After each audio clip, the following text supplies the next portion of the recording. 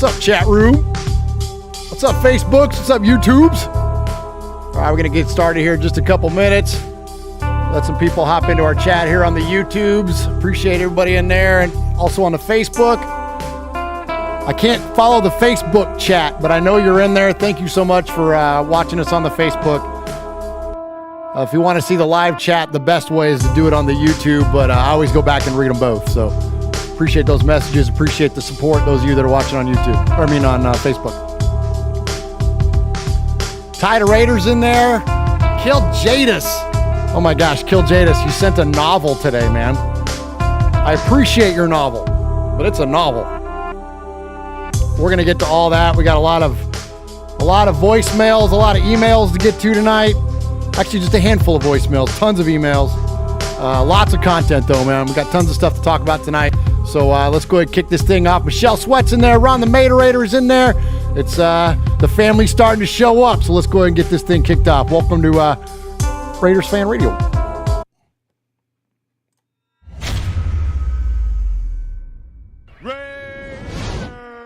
Oakland, LA, Oakland, Vegas, Raider Nation, wherever, forever. You got your old Uncle Mosh and Raiders Fan Radio from Murf's Man Cave, taking a lighter journey into the dark side. Sit back, put your feet up, pop a top, and enjoy the ride. Here we go! Look left, look right, a leaking pass, touchdown! We miss you, we love you, and we'll see you in the Hall of Fame. When you have great coaches, then after you have great coaches, you get great players, you have a great organization, and you tell them one thing, just win, baby. Way up the middle, intercepted Filipiano at the 50, time running down. Oakland football, and I think Oakland victory. The Oakland Raiders have scored on the most zany, unbelievable, absolutely impossible dream of a play. Well, I love this team. I think this team can win. I think this team can win.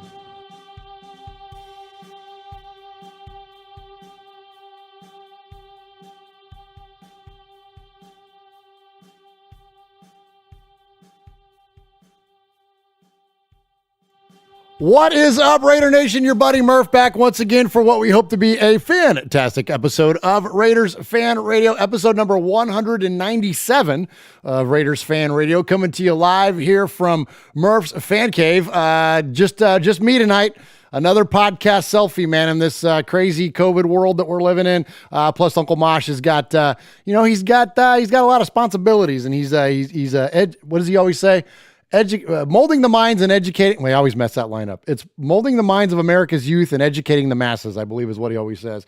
And so that's what Uncle Mosh is up to tonight. And then Swag Jeff is on baby duty. So no virtual joining of the fan cave here. So it's just you and me. But as always, these podcast selfies end up not being so bad because we have the best chat room in all of Raider Nation. We have the best emails, the best phone callers. And so I definitely don't feel like I'm in here by myself. And so many great folks in the chat room tonight. Appreciate everyone in there already. Lencho's in there. Kiljadis is in there. Super Deuce, Atticus B. Rockin, Anthony Provencio, Lee B. Trinidad is in there. Michelle Sweat, Ty the Raider. Ron the Materator is in there. So many good folks. And we appreciate each and every one of you for supporting us and joining us in the chat. Also, my boo, Max. She might jump in there. And appreciate all of you checking us out here for episode number 197 of Raiders Fan Radio. So, tons to get to tonight. So, you guys know me. I can talk a lot, and I can really get on some rants about things. So I'm going to try to keep this thing moving because there's a lot to get to. So first off, let me tell you how you can support us. You can support us a multitude of ways. Most importantly, hit the like, hit the thumbs up, as the whatever the bells the kids say, smash them, ring them, ding them, do whatever you got to do. That helps us with the show because the more attention we get, the more money we make, and the more money we make, the more we give away. And so like those of you tonight that are watching us on the Facebook, share that stuff, man. I know you're all part of Raider groups and like fan pages and all that stuff. Help us out, man. Do us a solid. Just share that stuff with your Raider friends. And again, it doesn't cost you anything. It's all you got to to do is hit a button or two for us, and that's all that we ask. And we're going to keep this thing rolling here at Raiders Fan Radio because, again, we give everything away. Any dime that we make goes 100% to wonderful Raider-based charities. And this season of giving that we're in now, we're giving to the Bolitnikoff Foundation. And so any money that we make, again, on advertising or any of the super chat donations that come in via YouTube, any of that stuff, 100% is going to go to Bolitnikoff. And I also have something exciting to let you know that my partner in the One Nation Foundation, that's our charity. My partner in that is Raider Cody, and Raider Cody has a autographed Fred Bolitnikoff jersey that we're going to raffle off. And so be on the lookout for that. If you don't follow Raider Cody on the Twitter, definitely do that. And you'll see, so I'm announcing it here tonight on the show. And then as soon as we get some pictures and stuff and Cody posts that up, I will share that with you all. And all you got to do is go to onenationfoundation.net. That's our charity. That's where we get our money, and then we give it away to these other charities. Go to onenationfoundation.net, and every $10 that you donate, that counts for one raffle ticket. Okay. And then whoever, you could put as much in there or as little, $10, you could put in $100, you could put in $1,000, whatever you want to put in. Of course, and the more you enter, the more likely you are to win. And we select a winner at random, and we will send you that autographed Fred Bolitnikoff jersey. A lot to talk about Fred tonight because yesterday was his 78th birthday. So we're going to talk a lot about Fred, but thank you to all of you again for the way that you support us. Thank you to all of the new listeners. We get new subscribers and new listeners every single week. And so, I talked to my boo Max a lot about our show growth this last week. And we're kind of like this slow, steady growing thing, man. Like we've never gone backwards. We've never had the hockey stick spike up like some other YouTubers and podcasters have had. But every week, man, we just get more and more new people that just keep joining into this RFR family, the best of Raider Nation. And so thankful to those of you. And thanks for supporting.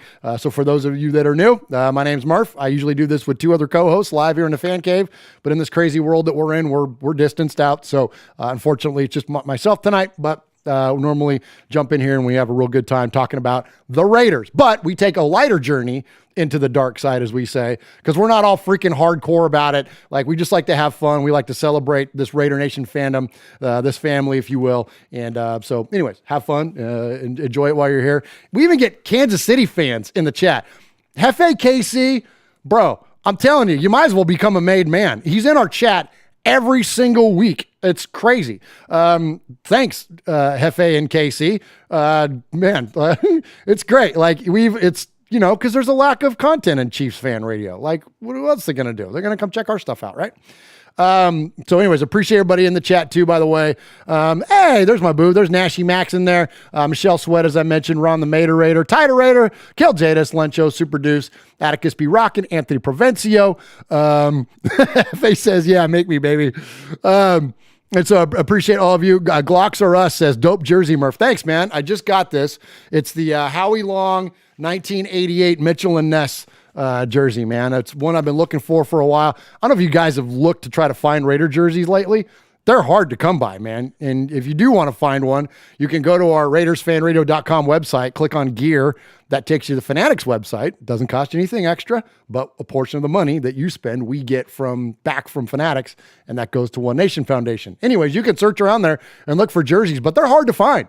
Like, I was looking for what I really want too is I want a AFL anniversary Timmy Brown jersey, and good luck finding one. Like, even on like eBay and stuff like it. And plus eBay, you get questionable quality on things, but whatever. Like, their Raider jerseys are just flat out hard to find. So anyways, I've been looking for this one for a long time and came across it the other day. And so, yeah, thanks, Glocks or Us. I like it too.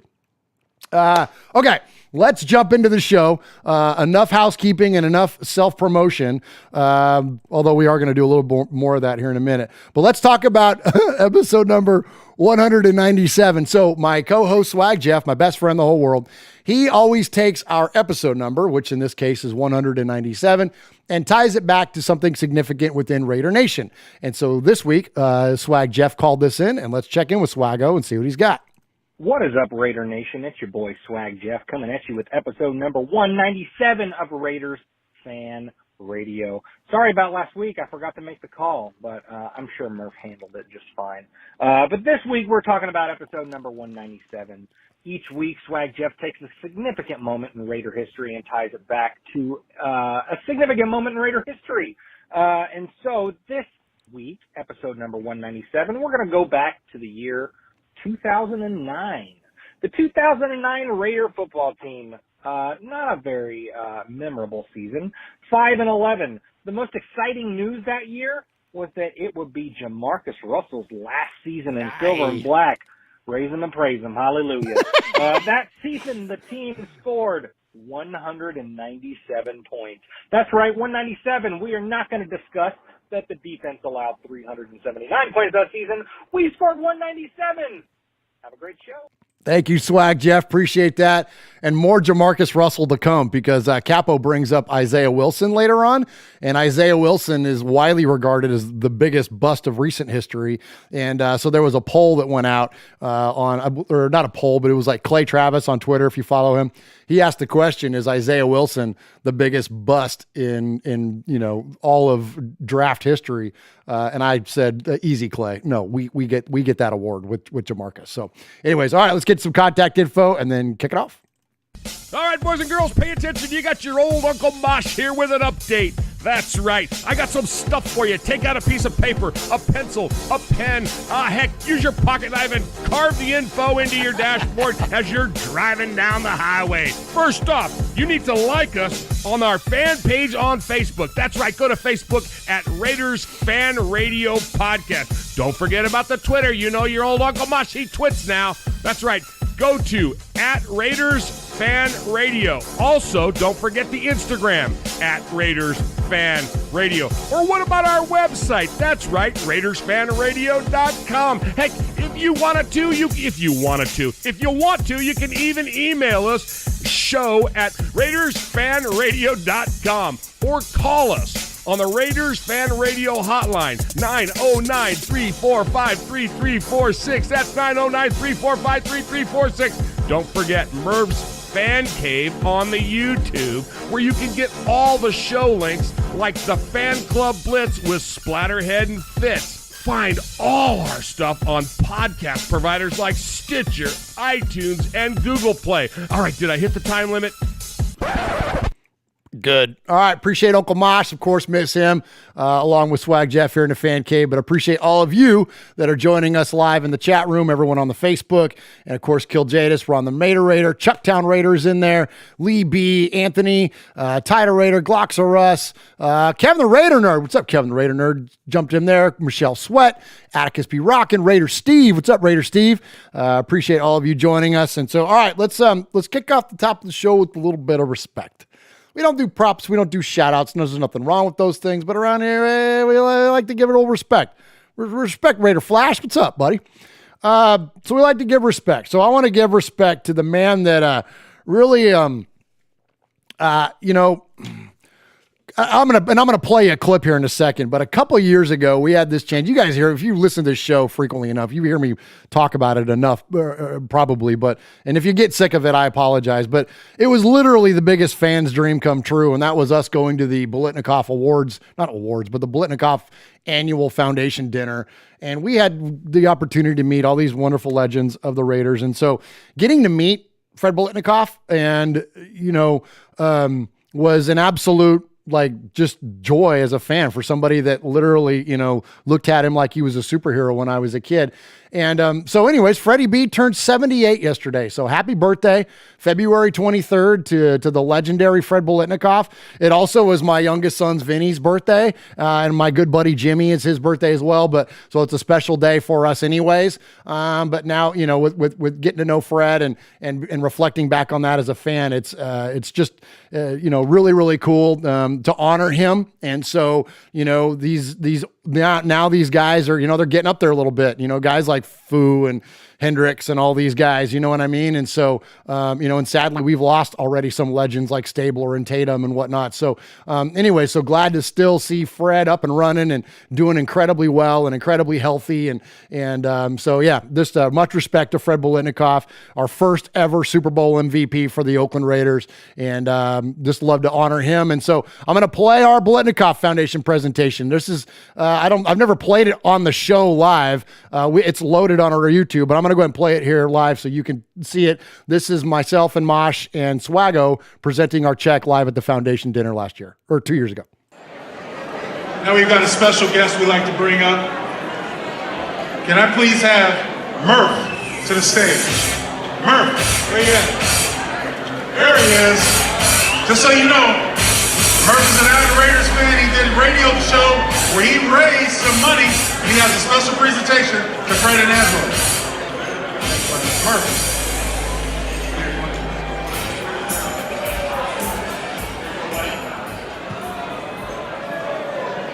What's up, Raider Nation? Hey, so my name is Murf, and I co-host a podcast called Raiders Fan Radio on the Murf Fan Cave Network. We started this show back in 2013, my cousin Sonny and I, and we did it to celebrate our love for the Raiders and also to celebrate Raider fandom. So now I host the show with the one and only Uncle Mosh and my best friend Swag Jeff. And this year in 2019, we had the opportunity to generate some revenue with our show. And after talking to these guys, we quickly decided we wanted to give it all away. And so nothing better than the Blitnikoff Foundation for us to partner with and for us to give it all away. This is through the fundraising efforts comes on behalf of our listeners, which is Raider Nation, which is Silver Block UK, the Black Hole, all the amazing fan groups from around the country. They're the ones that supported this by merchandise sales and direct donations. So thank you, Raider Nation. We love you. And you know, growing up as a kid in the 70s and 80s, I was just in love with the Raiders. Guys like Fred were like my superheroes. And seeing things like this just confirms that. And not only are the players and the organization, but Raider fans, man. You guys are the heroes. Thank you for being here. Y'all rock the Raiders! All right, so there we go. There's a Blitnikoff Foundation dinner a couple years ago. So that was an absolute, like I said, it was a dream come true for all of us. And so anyways, happy birthday to Fred. And but let's hear from Fred. So enough of me talking about Fred. Let's listen to Fred talk about Fred. Let's listen to Freddie B tell his story. My name is Fred Blitnikoff, Hall of Fame wide receiver of the Oakland Raiders. This is my story.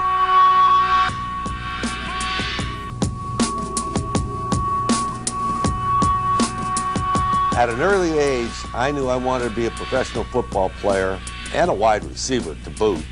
When I saw Tommy McDonald from the Philadelphia Eagles play, because he was my hero, I saw him catch balls, sliding, getting beat up, making spectacular catches, touchdowns, running after the catch. It was just phenomenal for me to see this guy play, and that's what really inspired me at a young age to be a wide receiver.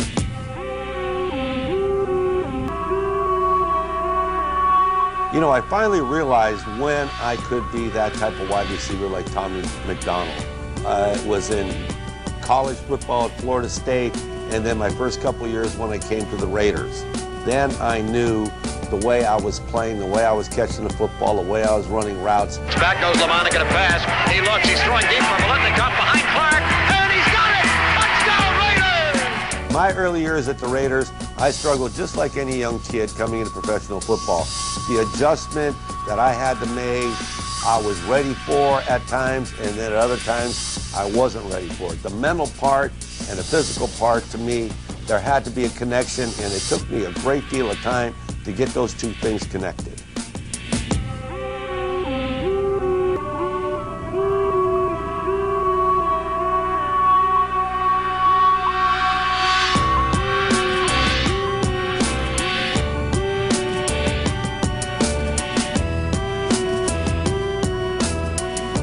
I had to be a physical ball player because the people I was playing against were physical people.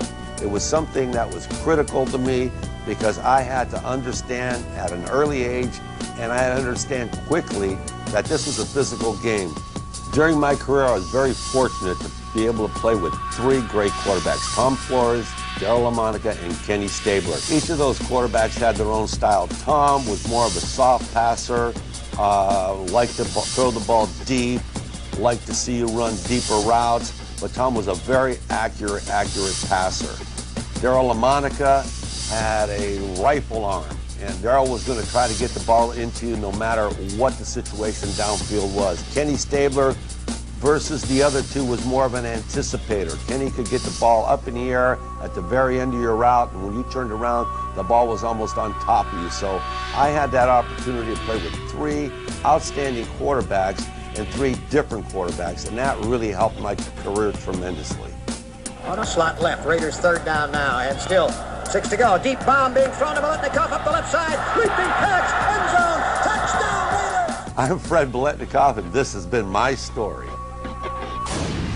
All right, there he is, the legendary Freddie Biletnikoff telling us his story there. So good stuff there. Happy birthday to Fred. All right, let's get on to speaking of legends. So the legendary Tom Flores is now getting rightfully inducted into the Pro Football Hall of Fame this year. And I know we're all excited about that. Can't wait to see that, along with, of course, Charles Woodson and the Violator, Wayne Mabry. 3 legends, in my opinion, going into the Hall of Fame for the Raiders. And so we've given tons of respect to Tom around here, to Coach Flores. But I want to give respect to one of our listeners. This is a guy we got to meet at the draft a few years ago when it was in Nashville, our buddy Frankie Mosqueda. So Frankie had an idea for a t-shirt, for a Tom Flores t-shirt, and he was able to get the t-shirt to Tom Flores' daughter, and she presented it to Coach. And so Frankie sent me pictures, and he's going to, when this shirt becomes available, Frankie's going to let us know, because he's going to get us some here in the fan cave, and we'll probably give some away to you all too, maybe to support one of the foundations. But check this out, man. Mad respect to Frankie Mosqueda. Look at that. Got his shirt to Flores. So the front of the shirt says, it's just got the 4 Super Bowl Lombardi trophies there with Flores in a shield. And then look at what it says on the back of the shirt. 4-time Super Bowl champ, 2 as a head coach, 1 as an assistant, 1 as a player. And then it's got some hashtags on there, Flores to Ken. Isn't that freaking cool, man? So mad respect. Frankie Mosqueda and respect to Coach, man, like taking like a fan created thing and putting it on and representing Raider Nation, man. That's very, very cool stuff. So much respect to him. All right. And speaking of listeners, I got one more before we get into this. We're going to look, you guys are the people that are always in the audience that go, we're going to talk about the Raiders. You're going to get disgusted with me talking about the Raiders here in a second, because I'm going to go in all kinds of stuff on a bunch of numbers and salary cap and all kinds of stuff here. So just be patient. But before we get to that, I got one more bit of respect based on one of our listeners. Much respect to our buddy Eye Patch. If you've been around here long enough, you've heard Eye Patch call into the show. Eye Patch got married over the weekend. So big respect to you and your new bride. And he sent this note that says, Eye Patch got hitched over the weekend, Murphy. I know that nation, if you don't know, that's my name, Murphy. Eye Patch got hitched over the weekend, Murphy. I know the nation will appreciate my wedding band. And look at his wedding band. Yes. How freaking cool is that? He went with the freaking Raider wedding band. Isn't that killer? That is so cool. You know, like I have one of the rubber ones that I wear. I wear it on my right hand though, because I'm not married yet. Operative word, because I'm going to marry Max one day. Max. And look forward to that day. But in the meantime, I wear this Raider ring on my right hand that she gave to me. But yes, these things are freaking cool. So much respect to our buddy Eye Patch, and congratulations on your matrimony, my friend. Where's a break? Hey Raider Nation, this is Max Crosby from the Oakland Raiders. And goes down, and Max Crosby, who forced a fumble last week. You're listening to Murf, Mosh, and Swag Jeff on Raiders Fan Radio. Thank you so much. Just win, baby. This is Trent Sig, and you're listening to Raiders Fan Radio with Murf, Swag Jeff, and Uncle Mosh.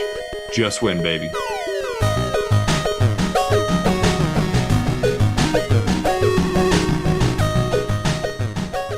All right, appreciate you in the chat room tonight. Let me hit that real quick one last time.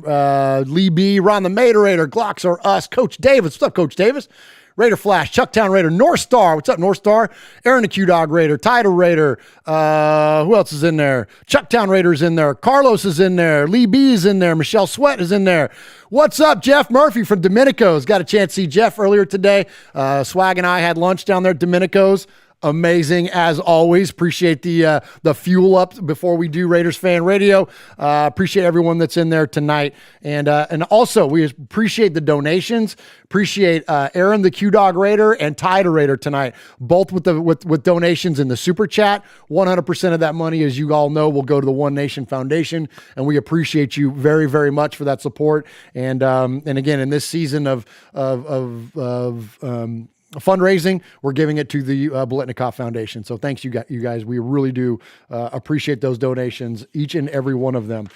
All right, so here we go. So we're going to talk about, so I tweeted this last week. I tweeted that I wouldn't be surprised if Derek Carr got a contract extension. And I didn't think that would be like a controversial thing to write, but apparently it is, because I tweet a lot, but I don't get a ton of like flare-ups on Twitter.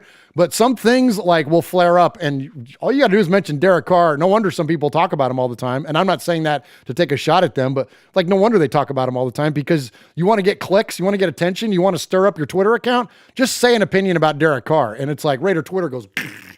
So I put this thing out about Derek Carr about how I thought he was going to get an extension. And so the reason why is that, and you can debate, on field play. The guy has demonstrated his capability to be a top tiered quarterback. I'm not saying he's going to be league MVP year in, year out. He ain't Aaron Rodgers. He's not Tom Brady. He's not Lamar Jackson, Deshaun Watson. He's not, when you take like, the upper echelon, Russell Wilson, when you look at those guys, like he's not in that elite, but he's right there below it. And if history in the NFL has proven anything, you don't have to have an elite quarterback to win a Super Bowl. Heck, you don't even have to have a good quarterback to win a Super Bowl. See Brad Johnson, see Trent Dilfer.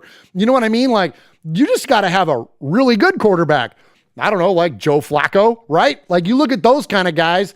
Like, even Peyton Manning late in his career wasn't great. He was good, but he wasn't great. Like, but his defense was great. So, but anyways, point being though, Derek Carr is a top-tiered quarterback. And if you disagree with that, I don't know what else to tell you. I don't know what game you're watching. Because, yes, I know the fumbles out of the end zone can be frustrating. Yes, I know throwing it into the dirt can be frustrating. I get all that stuff, and it frustrates me too. But when you look at the recent crop of quarterbacks in the NFL, and even the 5 and 10 years prior to him, like, you had guys in like Colt McCoy starting in the league, for crying out loud. Like, Derek Carr is certainly good enough to warrant a long career with the Raiders. Okay. So all that said, I thought he was going to get an extension, not based on his play, but more so the idea that the Raiders have a salary cap issue, and clearly we need help on other areas of the field,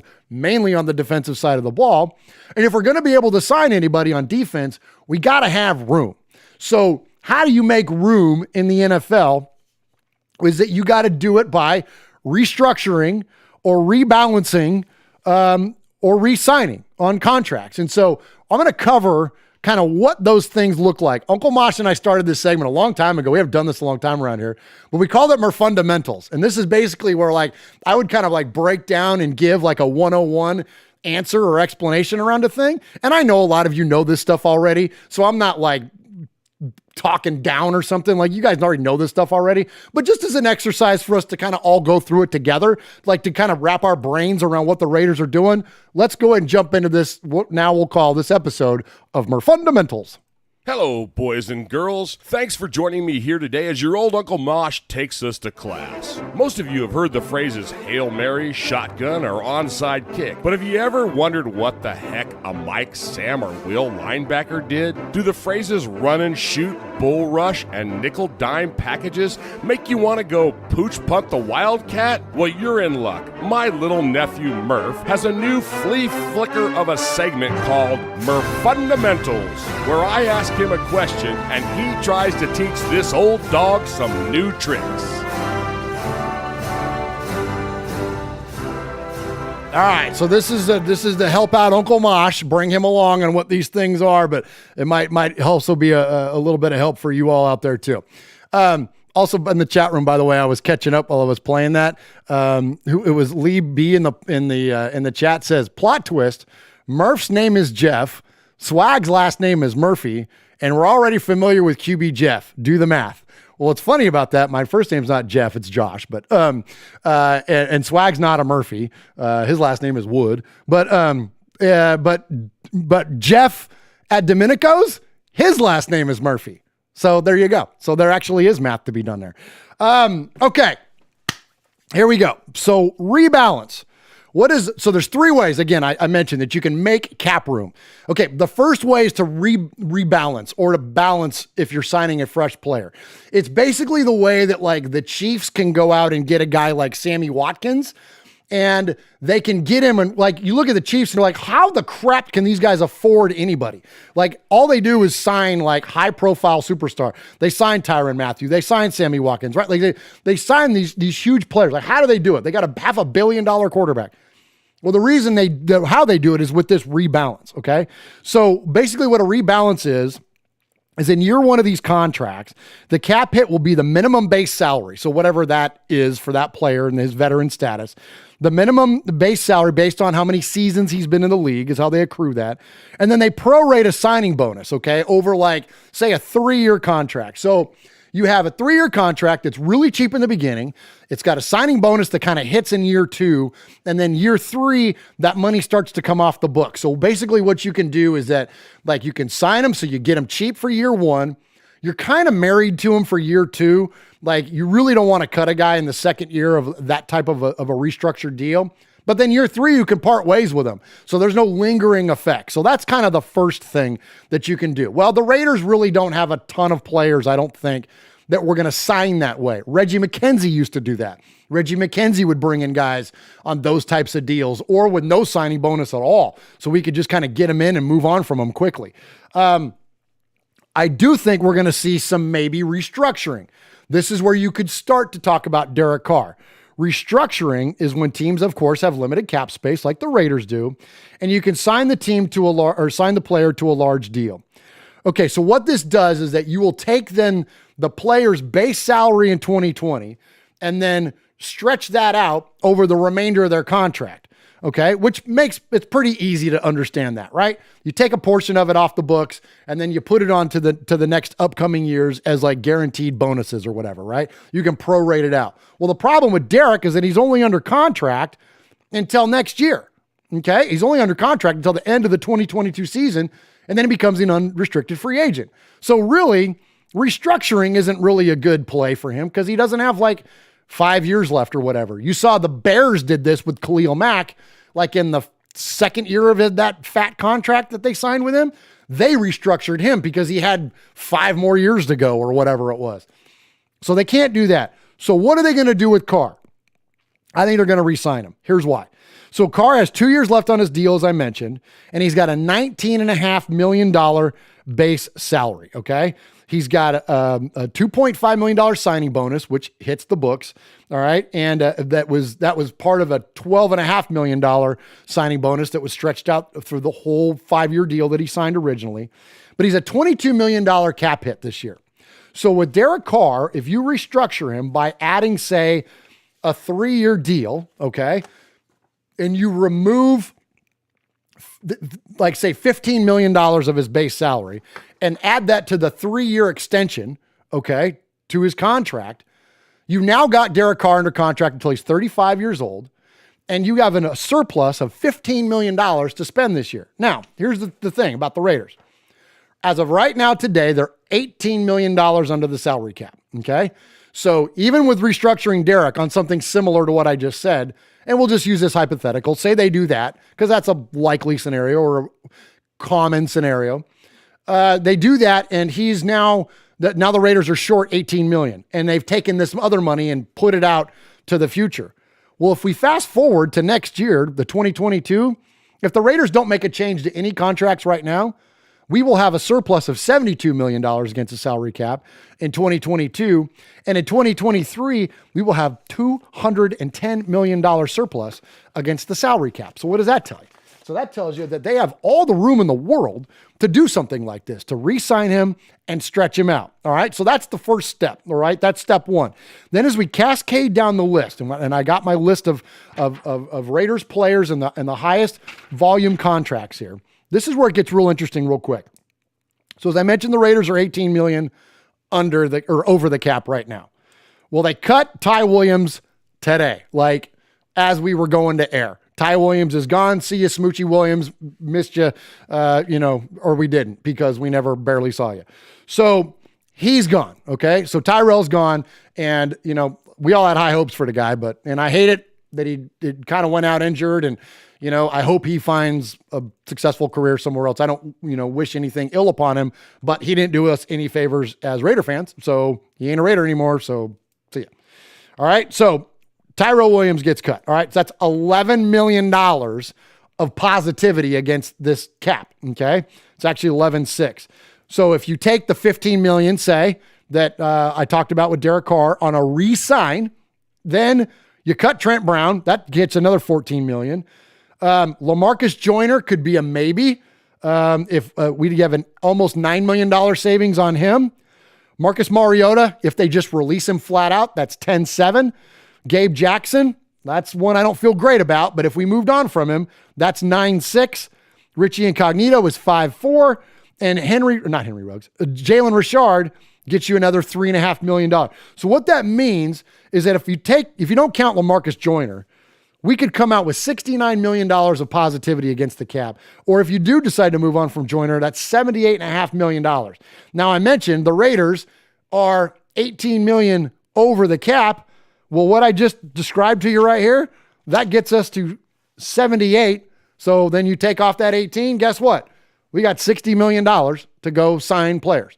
And so this is a very doable scenario for the Raiders. It's a very likely scenario that I'm not saying every one of these guys is going to get moved on from. Again, I don't love the idea of moving on from Gabe Jackson, but that's a big number. And we got bigger issues than interior offensive line as of today.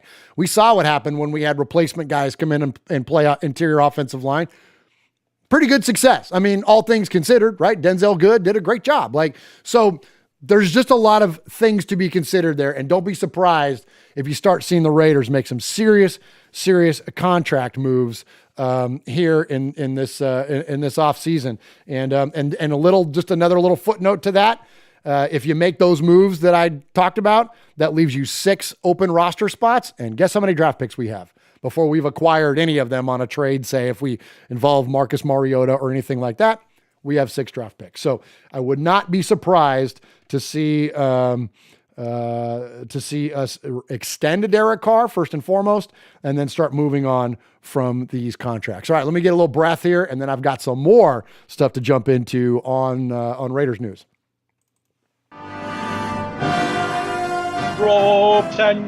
Britannia rules the waves.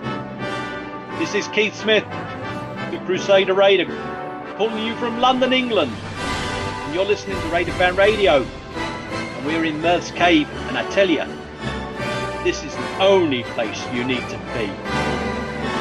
Go Raiders!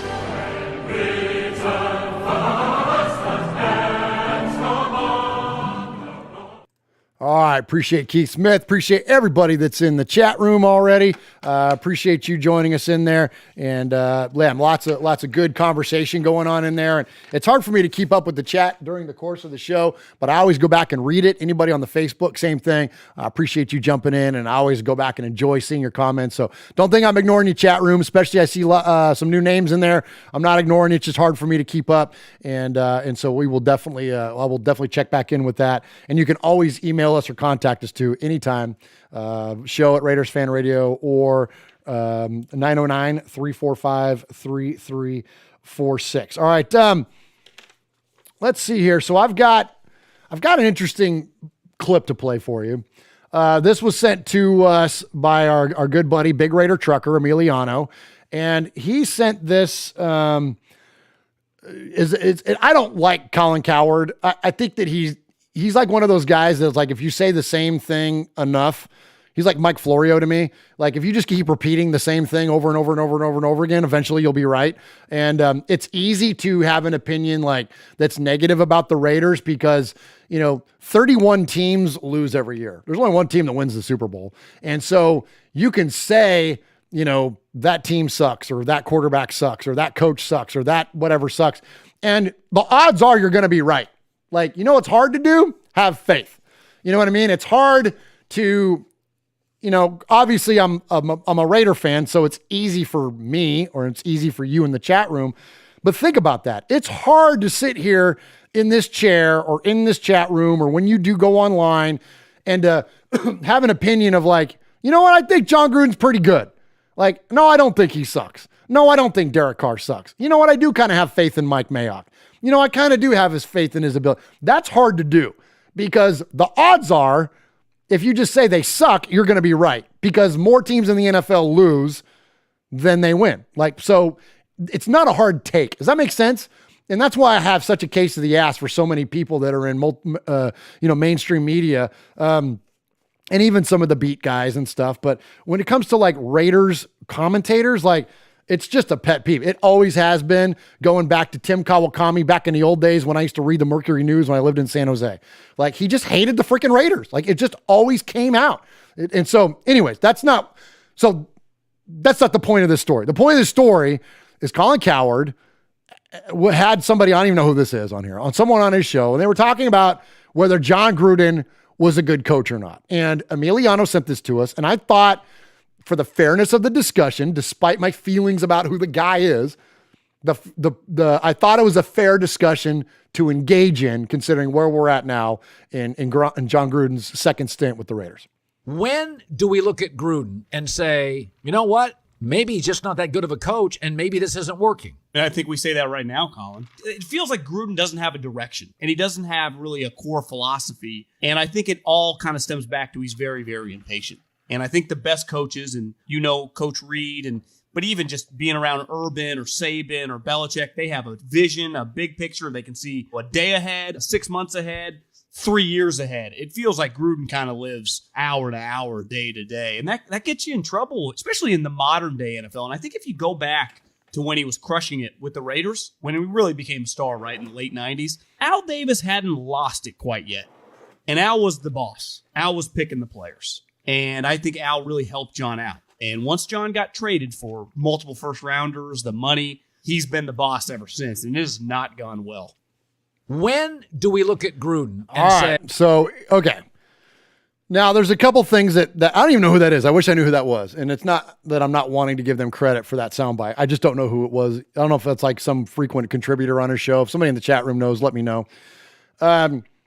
So here's what I think in my response to that. First off, I think the criticism of John Gruden being impatient, I think is well off the mark. I mean, if anything, he's convicted at a fault. Like he's convicted to what his schemes are, his, like how long was he patient with Paul Gunther? Like, you think that's impatience, letting that chucklehead linger around as long as he did? Like, if he was that impatient, he would have got rid of that guy after year 2. Like, so I don't agree with that. And I think that John Gruden has a very specific vision, and he looks for players and coaches to fit that vision. That's what great leaders do. So I don't buy the impatient thing. He's got a 10-year contract. Like, how impatient is he? He's not under the same pressures that most NFL coaches, without the bona fides, don't have the luxury of enjoying. Like when you have pick a new coach, like Kevin Stefanski, say, okay? You think Kevin Stefanski is still the coach in Cleveland if he turns in 2 bad seasons? Like, look what happened to Mike McCarthy in Dallas. Like, and Mike McCarthy's won a Super Bowl, and he was out after 1 year. So this is a league that doesn't have patience. Well, John Gruden is not under threat anytime soon. So that notion that he's acting impatiently, I don't buy it. I don't think that's a fair argument. Now, where I do think is a fair argument is what he brings up, is that in the latter part of his career, his whole career with the Raiders, Al was calling the shots. And yes, at the latter part of his career, when they were having the most success, Al was still the orchestrator. And yes, I agree. Al was still firing on most cylinders back then. There was a lull prior to Gruden's arrival, but when you look at where they went from 2 8-8 seasons to then 2 double-digit win seasons with a 12-4 and a 10-6 in 2001, that absolutely was orchestrated by Al Davis. And just like every other coach, we heard from our buddy, our new friend around here, Rich Smelter, Raiders author we talked to last week, who authored the Raiders Encyclopedia. He mentioned how John Madden didn't get credit for a lot of things he should have because they were attributed to Al. Tom Flores didn't get credit for things because they were attributed to Al. And same thing with Gruden. Like, he doesn't get credit for a lot of what he did because they were being accredited to Al. And when they weren't being accredited to Al and they started being accredited to John Gruden, Al traded his ass to Tampa Bay. So, like, yes, that is a very realistic argument and point to be made by whoever that is on Coward's show. All right. So that said, is John Gruden a good coach? You know, I don't know. I'll tell you this, like, numbers don't lie. And when you've got a track record as long as John Gruden does in the NFL, I tend to look at your history and evaluate it based on that, because that's the only thing that I can go on. And I'll tell you this, I came out of this kind of looking at these and I have mixed emotions about it. So was John Gruden a good coach or a great coach when he was with us the first time? Well, the answer is he was a great coach. We went 12-4 in 2000, and if it wasn't for Tony Saragusa's fat ass breaking Rich Gannon's shoulder and collarbone at the end of the second quarter, we probably can beat the Ravens. And if we beat the Ravens, we smoke the freaking Giants in the Super Bowl. And then in 2001, of course, we go 10-6. We beat the snot out of the Jets. Then we go to freaking New England and get freaking tuck ruled. So when you look at like what Gruden had on the line back then, and I still am a firm believer, if they win the tuck rule game and go to the Super Bowl, like we're not talking about John Gruden as a Buccaneer ever. Like, I don't think that happens. But anyways, I digress. Okay, and then he goes, of course, then he goes to Tampa Bay the year after, wins the Super Bowl, and then he had he had one more double-digit season in 2005 when they went 11-5. So throughout John Gruden's career, he's had 4 double-digit win seasons, 2 at the Raiders and then 2 at the Buccaneers. Now, so here's why I say I don't know if he's great or not, because if Al's the orchestrator of those teams, the Raider teams, Tony Dungy's the orchestrator of, you know, clearly of at least of the defense for sure of those Buccaneer teams. And that's an often common criticism of John Gruden, that he rode Tony Dungy's team into the Super Bowl. And so when you look at his coaching record, he's got the 1 Super Bowl. He's got 5 total playoff appearances, and he's 57-55 as a Raiders coach. And he's 57-55 as a Tampa Bay Buccaneer coach. So pretty consistent 500 coach with a couple blips on the radar. So you got a blip on the radar with Tampa and you got a blip on the radar with the Raiders. The rest of it is a bunch of 500 stuff. So then I was like on the fence. Now here's what I'm gonna give you some positivity to take away from. And here's where, again, it's easy for me to sit here in this chair and go, yeah, man, that guy's right. John Gruden sucks, because I'll likely be right. And so will you. But I look for things to have faith in. I want to find the good. So I looked for the good. And here's what I found. The Raiders, when they were successful in 2001, when you look at the offenses, and even the year before in 99, our offense was ranked, this isn't just in points alone. I'll just give you points, okay? Offense was ranked 8th in 99, 3rd in 2000, 4th in 2001. All right, that's in points. So we were a top 10 offense, if not a top freaking top 4 offense for 2 of those years. We were 22nd before Gruden got there. We were also 18th in the league in yards before Gruden. After he got there, we were 5th, we were 6th, and we were 7th. That's pretty freaking good. So John Gruden, who is the offensive guru, took the Raiders to the next level. That's why the Raiders were great. Now, also during that time, he had middle-of-the-pack defenses. So those defenses were ranked 10th, 17th, and 18th in yards, and 16th, 9th, and 19th in points. So very middle of the pack.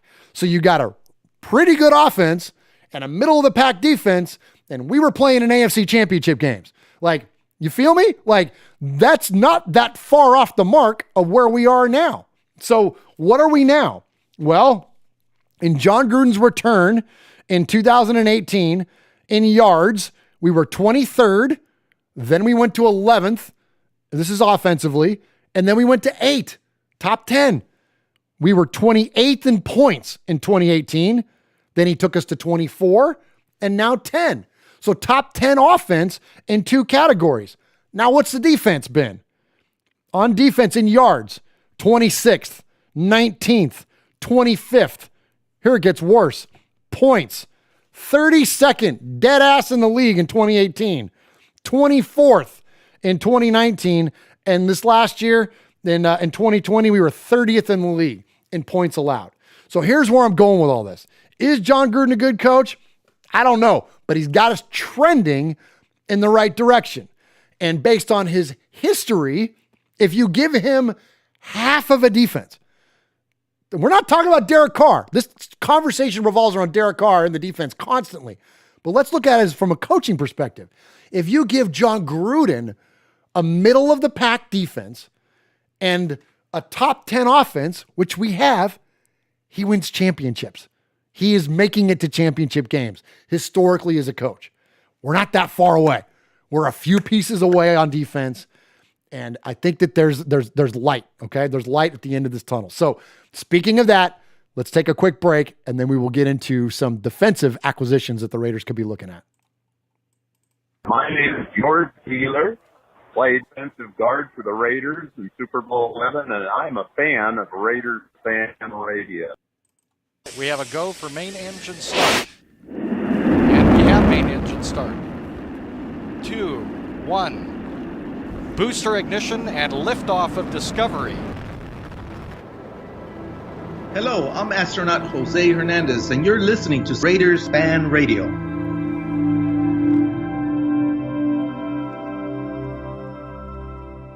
All right, appreciate another donation in there, super chat donation from our buddy Tyler Raider. Thank you so much for that. Yeah, a lot of great talk in the chat room there. Please keep that stuff coming. I'm gonna look forward to getting caught up with that. Somebody said, yeah, middle of the road defense and a top 10. A North Star said this: middle of the road defense and a top 10 offense will get you a ring. Yeah, like seriously.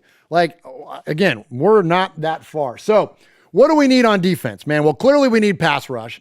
I've been banging the drum on Melvin Gordon. No, don't bring him in to rush the passer. Bring in Melvin Ingram instead.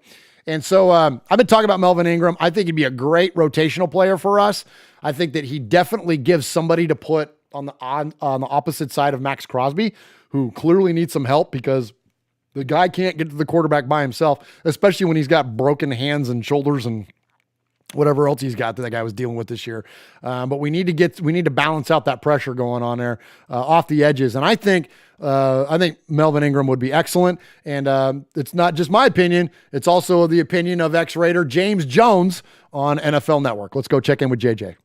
All right, JJ, put that GM hat on one more time. Since you've already given us 2, how about one more free agent signing you'd like to see? Well, I promise you I'm going to get this one right the first time.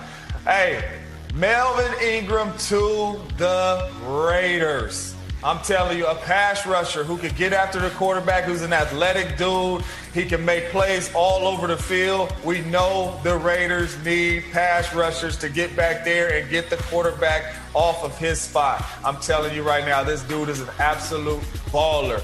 Get him to the Raiders, and you got him and Max Crosby coming off the edge. That is an excellent start right there for this defense for the Raiders with the new DC. I would love to see this fit. I'd love to see it too, man. Again, like I just mentioned, excellent guy to rotate in there. I don't know if he's a 2 or 3 down guy anymore. Heck, maybe he's just a 3rd down guy nowadays, but that's all we really need. Like, we need a closer. I'm not saying he's going to be the level of Khalil Mack. Whenever I bring this up, people always say like, how can you compare that guy to Khalil Mack? Not just Melvin Ingram, but other players that I've brought up. It's not so much that I'm comparing them to Khalil Mack. What I'm saying is that Khalil Mack was our closer. When we needed a big sack on 3rd down, when we needed a turnover, like that was the guy that did it. When there's less than 2 minutes on the clock and you need somebody to get the quarterback on his ass so we can call it a ball game, Khalil Mack was our man. So again, I'm not saying Melvin Ingram is Khalil Mack, but Melvin Ingram is a closer. He's a guy that can change the disposition of the game. Like, that is a guy that will flip-flop momentum just like that. Because when we need that big third down play, how many times as Raider fans do we watch the Chiefs or whoever else convert on like a 3rd and 13? You know what I mean? We'll get people in like way 3rd and longs and they convert like for 20 yards. And we're like, what the, like, come on, man. Somebody like Melvin Ingram can get pressure on the quarterback. So either one, they don't have time to develop those deep plays, or number two, just flat out put him on his ass so we don't have to worry about it anyways. Okay. That's what I'm screaming. Maybe it's not Melvin Ingram. I don't know, but I don't think it's JJ Watt. I don't think he's coming to the Raiders. Despite all that, diatribe I spewed earlier about all the cap room we can create, I still think that a $17 million price tag for an aging, injury-prone, edge guy, I think that's too much. I think there's other options, and we could probably get Melvin Ingram for half that. I mean, I don't even know what his contract is, but point being, you get what I'm saying, though. I think there's other options for us out there, and I also agree with a lot of the chat room. People are saying Leonard Williams in there. Yeah, absolutely. Think about this, Raider Nation. Leonard Williams, Pat Pete, Melvin Ingram. Do you think that, coupled with what we already have, could equate to a middle-of-the-pack defense? And I'll even give you another one. We signed Richard Sherman to play free safety, just like Charles Woodson did for us when he came back, to be that leader back there in the secondary, to mentor Jonathan Abram. Come on, man. Like, I'm telling you, we're not that far. Now, granted, I look at the Raiders with glasses, with these big, thick glasses I wear, and they're rose-colored. Like, I look for the positive in the Raiders because I'm a Raider fan. I root for them. I want them to do well. I don't bash the Raiders because, look, there are Raiders. I root for the Raiders that are, not the Raiders that aren't. I root for and so that's who I root for. And I think that the Raiders that are, with a few complementary pieces in free agency, and who knows what we'll do in the draft. I think that offensively we can handle the draft. Offensive needs we can handle in the draft, except for maybe Barmore out of Alabama, the defensive tackle. Kid's a beast. But we can handle, our needs on the line. I don't think that we don't have that many pieces we need to fill in offense. So I think that we can really do free agency in the draft, man. I think we can really shore this thing up. And yes, it's an absolute necessity. I forget who it was in there. I'm sorry. It's hard for me to keep up. But someone in the chat mentioned that Gruden had a beast defense when he was in Tampa. Yeah, they were remember all those categories I rattled off about offense or yards allowed and points and all that? Yeah, they were number one in both those categories. And I don't even know if they were in takeaways, but I'm sure it was way high as well. It certainly was in the Super Bowl against us. But anyways, yeah, so a lot of good stuff out there. And all right, so one more piece of Raider news before we get out on this segment and jump into the Sea of Fans. We talked a lot, about the potential for Derek Carr getting traded in the past. I don't think he's going to get traded. I think he's going to get extended, as I mentioned. But Mariota could be a guy that could get traded. Well, there was really hot and heavy talk about Mariota getting traded there for a minute, and now it's gotten quiet all of a sudden. Well, today, Ian Rappaport is on NFL Network. I just caught this. The recording of this is my phone held up to the freaking sound bar recording of this because I just caught it as I had the TV on the background today while I was working. And here's Rappaport breaking it down, kind of what the new hang-up is about Marcus Mariota getting traded. Ian Rappaport, as we spin the quarterback carousel yet again. Let's spin it and see where Marcus Mariota lands. Ian, what's the latest with the Vegas backup? Yeah, this is an interesting one because a couple days ago, it really seemed like Marcus Mariota was going to be on the move. I know teams were interested, were calling the Las Vegas Raiders about potentially acquiring Marcus Mariota, and things did get down the line a little bit, and there is significant interest in teams trying to get Marcus Mariota to come in and play quarterback for them. But there is an issue. Take a look at his contract. He's due a little more than $10 million this year. If he's going to be a bridge starter, which would be the role he'd come in and play, that's not bad. That's actually not the issue. The issue is based on incentives. If he is the starter and ends up playing the entire season, he can make an additional $12 million, so more than $20 million for Marcus Mariota. Teams, as of right now, don't seem to think that's something that would be worth it, especially when you consider they'd also give up a draft pick to trade from. That trade market has now dried up significantly, leading to the question, could Mariota be released and then end up picking his own team and getting some more guaranteed money in the process? that might work out better for him and potentially better for the Raiders than anything else. Yeah, it's an interesting contract there, and if they do release him, that kind of changes the free agent quarterback carousel, if you will, or the math. Dak Prescott's obviously the top guy on the list, but he's not going to go anywhere. He's going to get tagged, or they're going to hopefully get a long-term deal. But if Mariota's on the market, that kind of changes everything. All right, good stuff. Ian Rappaport, our NFL Network. Hey, Raider Nation, this is Max Crosby from the Oakland Raiders. And goes down, and Max Crosby, who forced a fumble last week. You're listening to Murf, Mosh, and Swag Jeff on Raiders Fan Radio. Thank you so much. Just win, baby. What's up, Raider Nation? It's your boy, Will Compton. You're listening to Raiders Fan Radio with my boys Murf, Swaggy Jeff, and Uncle Mosh. Tune in because they fucking put out a banger podcast.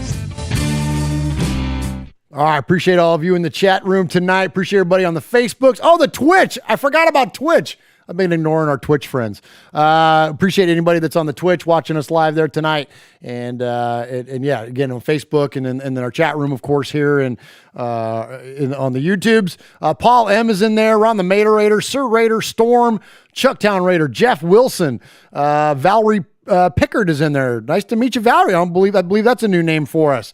Aaron the Q-Dog Raider, North Star is in there. King Savage is in there. Chucktown Raider, Hefe and KC, the lonely Chiefs fan that has nowhere to go because there's no Chiefs content. So he comes and camps out here with us at Raiders Fan Radio. Good to see you. And you stick around here long enough, you might end up converted, my friend. Michelle Coyle is in there. Let's see. Loyal to the Soil is in there. Titerator, of course. Sugar Shane. What's up, Sugar Shane? Let's see. Who else is in there? Corey Fleck is in there. Foxy Scorpio. Appreciate everybody, man. A lot of new names in there. Love to see that. And thank you for supporting us here at Raiders Fan Radio. All right. So you can get in touch with us a multitude of ways. Again, the best way is to join us live here on the YouTubes. America, go to the YouTube right now. That's right. You can join us on the YouTube, which is youtube.com/Murph's Fan Cave. And we go live usually every Wednesday at 4 Pacific and 7 Eastern. We occasionally vary from that during the off season, but for the most part, you can find us there during those days. But you can also email the show at show@RaidersFanRadio.com. That's show@RaidersFanRadio.com. Or you can call us at 909-345-3346. That's 909-345-3346. And if we play your message, your audio message 3 times, then you become a made man or a made woman. And we have an extensive list now of made men and made women. Thank you to all of you, which is like the core group of folks that contact us. But I know a lot of folks just listen to us too and don't ever contact the show. So thank you for you as well. But if you want to be part of that crew, the made men and made women, then send us a message 3 times or an indefinite amount of emails will also get you made around here. So I've got a lot of email to get to tonight. So let me get my breath here. Let me get warmed up. And, good thing Swaggo's not here because he'd be stumbling over this stuff, man. Because, poor Jeff, he struggles with the emails a little bit. Yeah, I love you, Swaggo. Okay, so I got a lot tonight. So here we go. Here's the first one. Oh, I didn't play the Sea of Fans music. I guess I better do that first. I'll shut up. There he is, fading, looking. He's under the gun. He's tied, he throws. It is. He caught it.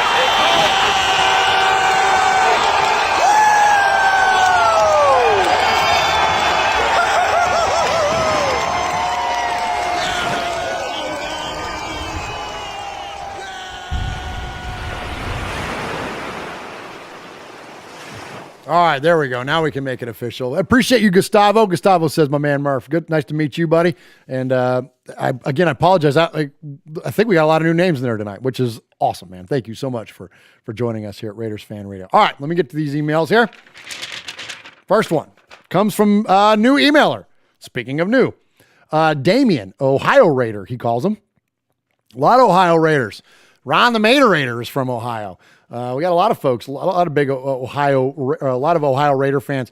Not totally derail here, but we did an interview with with Rich Schmelter, author of the Raiders Encyclopedia last week. He is from Ohio. We're going to meet Rich in person when we go up there for the Hall of Fame induction ceremony for Tom Flores and Charles Woodson, COVID permitting, this next year, man. Cannot wait to do that and meet him and meet any of the other Ohio folks up there. We're all staying at your house, Ron. I hope your wife doesn't mind. Hey, Murph, Swag Jeff, and Uncle Mosh, old school, long-time Raider.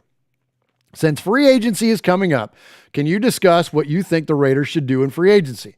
I believe the key to free agency in the draft starts with going after Leonard Williams hard. He is the key. He could really change our defense. If we lock him up, everything else can fall into place. Pick up a veteran cornerback, edge rusher, and safety in free agency. Then go after linebacker, edge rusher, and free safety in the draft. Later, Damien, Ohio Raider. All right, good stuff there, Damien. So yeah, we kind of talked a lot about those points tonight, but to honor your email here, I think that I don't know if I'm other than maybe Barmore, I'm not entirely sold that the Raiders are going to go a ton in on defense in the draft. I feel like we've kind of done that. When you look at Arnett and you look at Abram and you look at Crosby and you look at, those guys, I think that we've kind of started to, Mullen, like we started to round out the defense with a lot of youth. And so I don't know how much more of an, maybe they will. I guess when I think about the draft, I think about like the first handful of rounds is like what, like as a fan, when I think about it. And so I think that early on, yes, but I think like it wouldn't surprise me if they took an offensive lineman in the first round. I know that sounds crazy, but it would not surprise me. It would not surprise me if they took a running back somewhere along the way. Q-Dog and myself are big fans of Mark Ingram, and I think Mark Ingram would be an excellent complement to Josh Jacobs and give us that all Alabama backfield. Like, I think that would be awesome. But it also wouldn't surprise me if they drafted a running back in the latter rounds because, running backs you can get in the draft in later rounds. Teams have proved that time in, time out. So I feel like they're going to go heavier in free agency to get after some of these positions. And whether those players that I already mentioned, and there is plenty more. When you look at a few weeks ago, we went over the actual list of free agents that are out there on defense to be acquired. And it's a long list. And that was before guys like J.J. Watt entered the arena. So I feel like they're going to go after, I think I would love to see veterans in the secondary. I think that's the thing that's missing. I don't know how LaMarcus Joyner is a leader. He doesn't, I'm not in the locker room, but he doesn't strike me as like that guy. And I think we need a leader on defense. I think there's been a void there ever since Charles Woodson retired. We've not had that like strong leader on defense. You could even say since Khalil Mack left, right? Like Khalil Mack was an amazing leader for us on defense. There's been a void there. And I think that we could use to fill that. And can that be Patrick Peterson? Sure.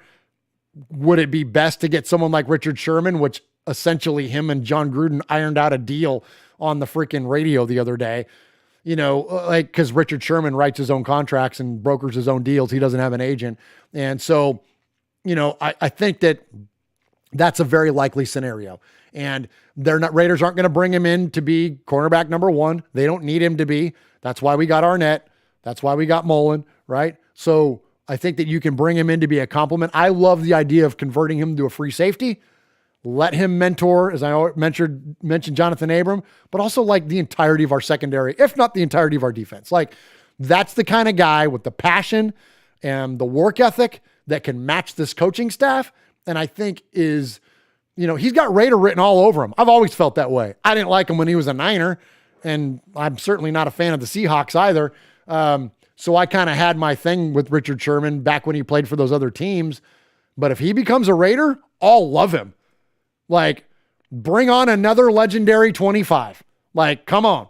We talk a lot about numbers and legacy of numbers around here, whether that's 81 or, of course, 24 or that's 32, or 12. But think about that, 25, man. Like, 25. Of course, Freddie. We've been talking about Freddie all night long. But who else? Justin Fargas, Charlie Garner, right?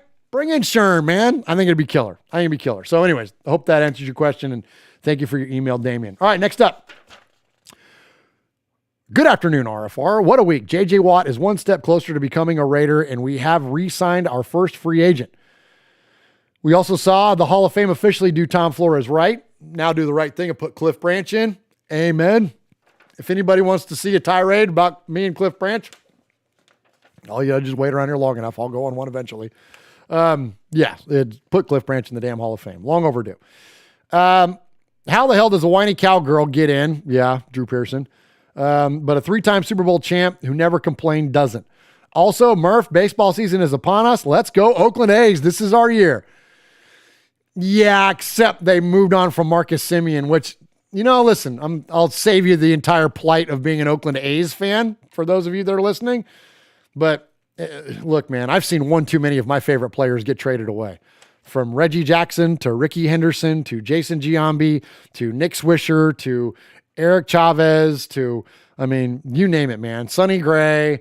We can go through history, and there's Mulder, Hudson, Zito.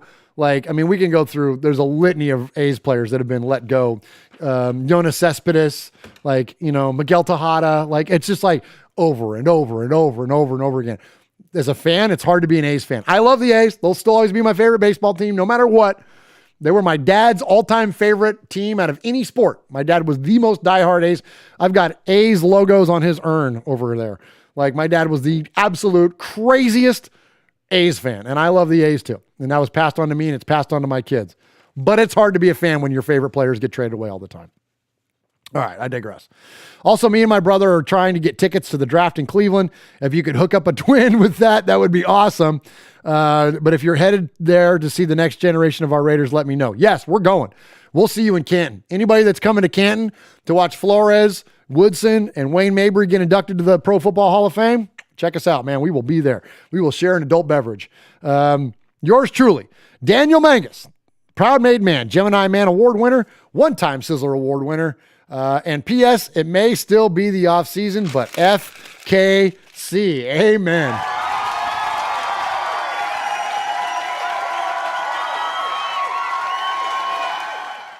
FKC indeed. Michelle Sweat says her and her son will be there. Awesome.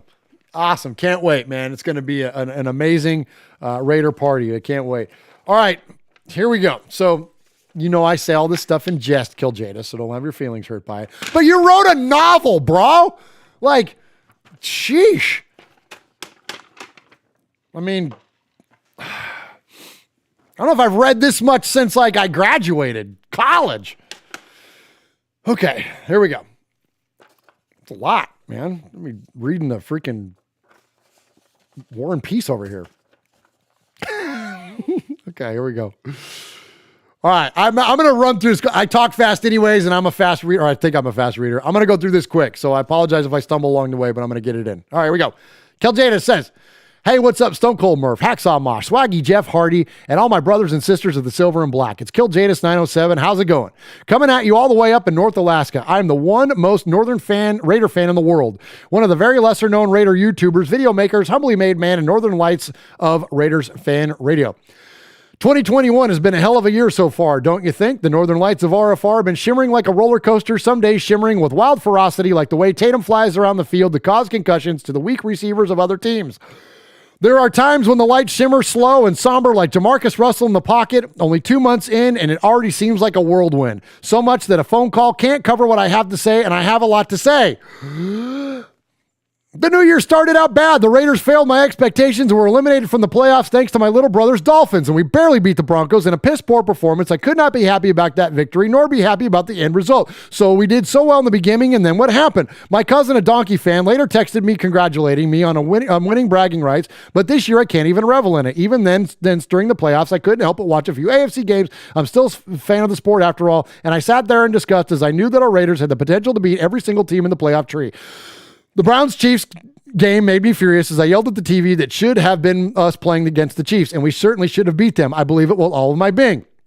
And then there was the Super Bowl. Though I was there for viewing our anti-Super Bowl party, all it did was make me feel frustrated. I'll get into that a bit. I had an obligation to watch the Super Bowl. My other brother is a Bucs fan, and I'm dutifully obligated by supporting him, although, yes, I was neutral during the entire game, save for my observation as a fellow official. The Chiefs defense looked like our defense with I don't know why I got stuck on defense. Looked like our defense with massive holds, pass interference, and wide open receivers galore. And while the Bucs defense was pounding Mahomes like oh my gosh, all right, I'm gonna skip that joke. I just sat there and thinking to myself, why are we not doing this? Why can't we do this? Just to segue real quick, seriously, Mahomes has such a punchable face. His face just screams, I get everything because I want, because I'm entitled and I do what I want. I'll just get my way and I'll throw a tantrum and run away from home. It needs to be punched. It just needs to be punched. Backhanded, really. Or just something. I'm just saying. Anyways, the Bucs winning was a good thing. I was so happy for them. My older brother got to see them win another championship, and the Chiefs didn't win the Super Bowl. And yes, I was salty, even though Antonio Brown got a ring, but having the Chiefs win is the lesser of two evils. And speaking of evil, I don't want the Chiefs to win another Super Bowl, ever. In fact, the Chiefs play in the Super Bowl against a team from hell. I would send positive vibes and a flaming nod to Satan himself. And then trust me, Raider Nation, you are not as salty as Steelers fans who are using two former superstars that stabbed him in the back, playing the Super Bowl, one of which won. Yizers. Everywhere saltier than the Dead Sea right now, asking the YouTuber urinating tree. I don't know what that means, but I'm going to go with it. When I sent congratulatory text to my older brother, he sent back, don't worry, bro, your face will come home. Your time will come soon. How soon are we talking? Because there's more than a handful of fans like me that have never seen our Raiders win in the Super Bowl. Many years of frustration, heartache, and anger, so much stress that the body would cause my big red Pillsbury doughboy, Andy Reid, to have a cardiac arrest. Hashtag who's fat. I wonder what his go-to emails or his go-to meals are when he's feeling sad. But seriously, this is enough to set me on the wrong side of our Raider fandom. After the Dolphins game, I had to stop making Raider recap videos on my own channel because all I was doing is screaming and yelling in front of the camera and how our boys let us down. I had to step away because the last thing I want to do is become the Raiders version of EDP 445. For those who don't know what that is, he is an Eagles fan that yells all the time, and he's very negative about his team. I don't want to be that, and I guess it's a good thing that my computer broke, so all I have to do is type this thing on my iPad. If you add in all that frustration and sprinkle in a bit of what the media is doing with our team, I've had it. The straw that broke his camel's back is with Pat McAfee, former Indianapolis Colts punter, throwing shade at us like that. I like Pat. I thought he was entertaining. There were moments that he ticked me off, but for the most part, I enjoyed his show.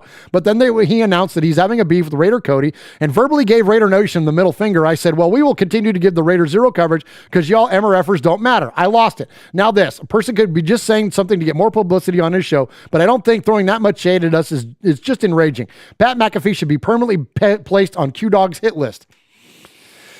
Enough is enough. Now we need to get down to good now. Not in a few years. Not when Gruden's contract expires. Now. The Chiefs are trying to pass us to become the all-time dominant team in our divisional history. The media has been clowning us for over 20 years. The only way to get all this noise to shut up is to get a gosh darn Super Bowl. Get it done, Raiders. You want the noise to stop? Win a Super Bowl. You want the people to stop talking about where Carr is going to get traded, hating him, and questioning if he's a good quarterback? Win a Super Bowl. You want people to start respecting the Raiders and Raider Nation again? Win the effing Super Bowl. Allow me to close with this, though. Thank God. Allow me to close with this, though. At least we will all have each other. The positive thing is that we have each other to bond with, to relieve some stress with, and enjoy having something in common with. Let's all remember that. Even in my most stressful Raider days, I still have you guys. And yeah, I also have my roommate, Macho Man Raider Savage, who's been training hard for that match at WrestleMania against the Google Voice. He's been lifting weights and bulking up. While he's doing that, I need to continue to get ready for my fiance's arrival to the U.S. Hey, congratulations, Killjanus. Less than 10 days, he says. All right, that's all I have to say, Murph. That's it? So soon? I love you, man. Okay, that's all I have to say, Murph. Remember, you can always open up the phone lines and we can call in if you're feeling lonely. All right, catch you later, guys. Goodbye. Kill Janus, ladies and gentlemen.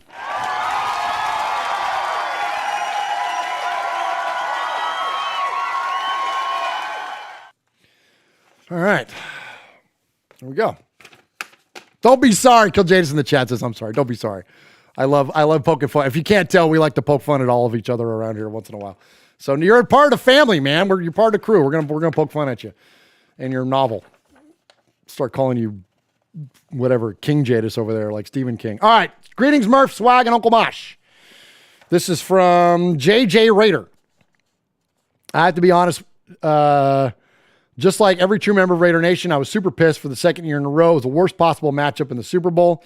We have been denied the joy, at least, of having a team to fully and wholeheartedly root against. Absolutely, right? I was 50-50 on even watching the game, and I never thought of missing a Super Bowl. I just didn't care and was preparing myself for the inevitable emotional baggage of dealing with a Kansas City win. There were many thoughts in my head of me whimpering in the fetal position, thumb in mouth, asking for a blankie while being confined to a padded room. Well, my teenage boys turn on the game and everything changed as I watched the Bucs pass rush engulf Pat Mahomes like Andy Reid on a chocolate eclair. As Kermit ran for his life. Hey, by the way, let me digress. Don't forget, when Mosh isn't here, Swag Jeff calls our Sizzler Award, which is our best email or phone call.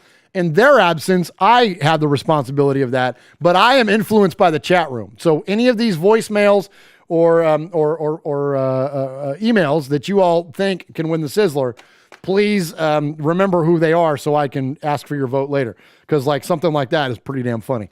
Okay, and this is from JJ26, a new emailer. As Kermit ran for his life in his own personal game of Red Rover, I was cackling like a schoolgirl who got handed her first note from a boy in class. What a pure and utter delight to watch the condiment crew just explode.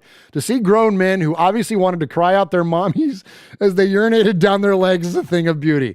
I kept expecting a run of sorts from KC, but when it never came, I just kept grinning like a Cheshire cat.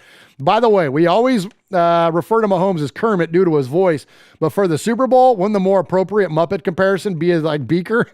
The crazy floppy hair, always with a constant frown, fearing for his life, not able to speak, just saying me, while waiting for the inevitable toxic explosion perpetuated by his mentor. Sounds like a carbon copy of Super Sunday. Absolutely. Well done.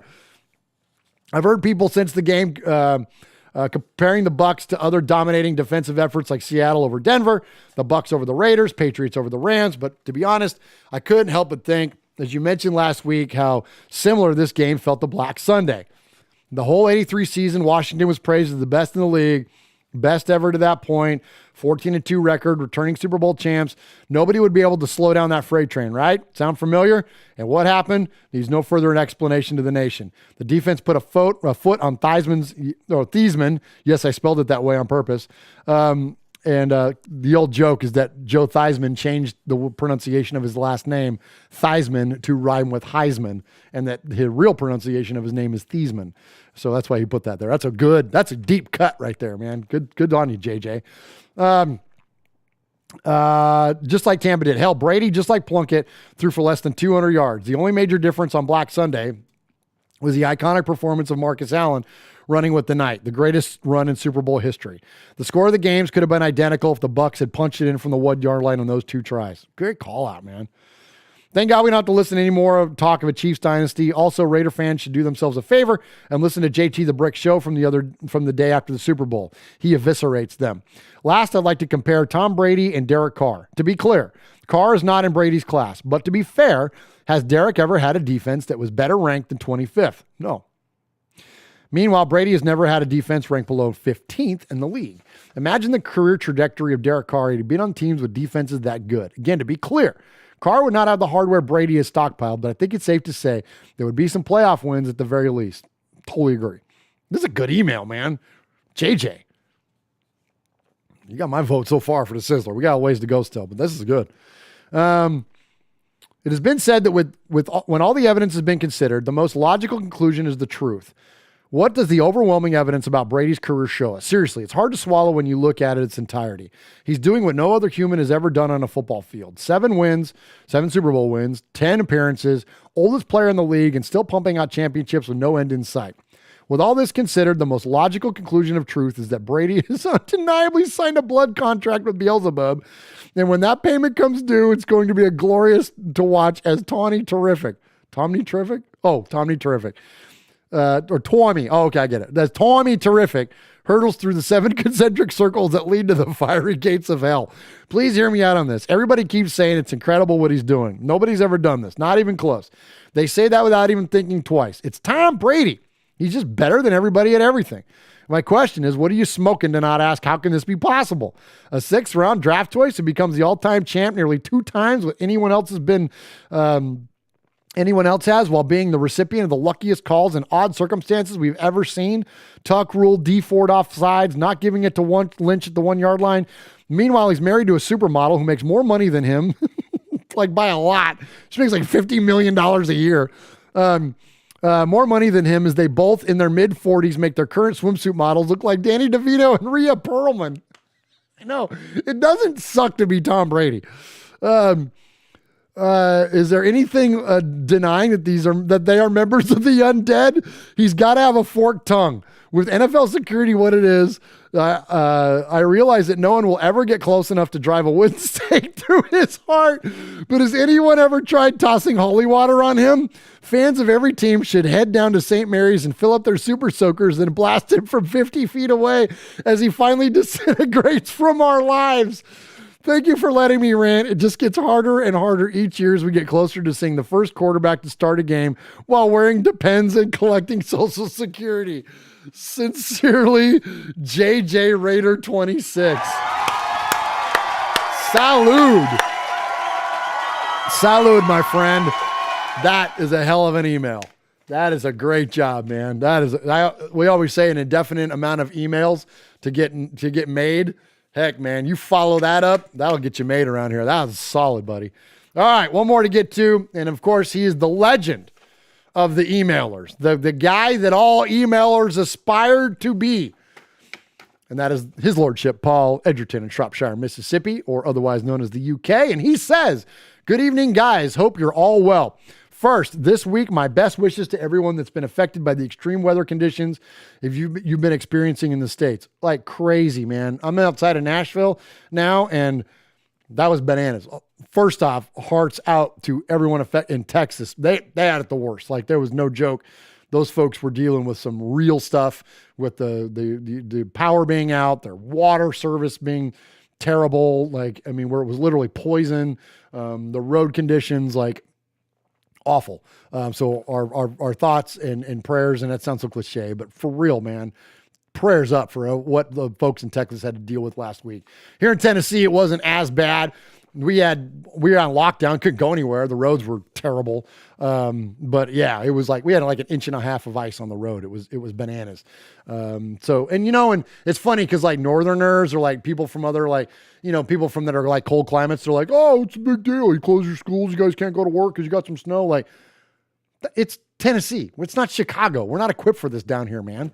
Like, take it easy on us. Like, we don't know what, we don't have the infrastructure. We got some snow plows and some salt. Like, we're not equipped to deal with an inch and a half of ice on our roads. Like, lighten the hell up, man. Like, neither is Mississippi or Alabama or Georgia or, you remember when there was ice in Atlanta that one time around the Super Bowl or whatever? It was like the whole city got shut down. Well, yeah, because they don't have freaking ice trucks. No one's got snow tires in Atlanta. You know what I mean? So, like, anyways. All right. He also says some horrendous stories online, so hope everyone's okay, particularly Capo and Houston Raiders Steve in Texas. Really hope your families do well. Also, I'd like to apologize to Wayne Mabry. My last email, I paid respect to Coach Flores and Charles Woodson making it to Canton, but didn't mention the Violators' fantastic achievement. So congratulations on a well-deserved honor. If there's one place I'd like to be right now, it would be the Raiders front office. The cuts to the roster over the next few weeks are going to have to be so carefully thought out. I'd like to know what the strategy is. Yeah, me too, Paul. Like all that list I ran down earlier, like a lot of options there for the Raiders. Logic tells me the first thing that will be looked at will be restructuring some large existing deals. Apparently DC maybe, which could release significant cap space, much to the disgust of half of Raider Nation, who hate the idea of number 4 sticking around and seem to think it's Raider Cody's fault. I think we can all agree that Tyrell Williams will be confirmed as gone soon.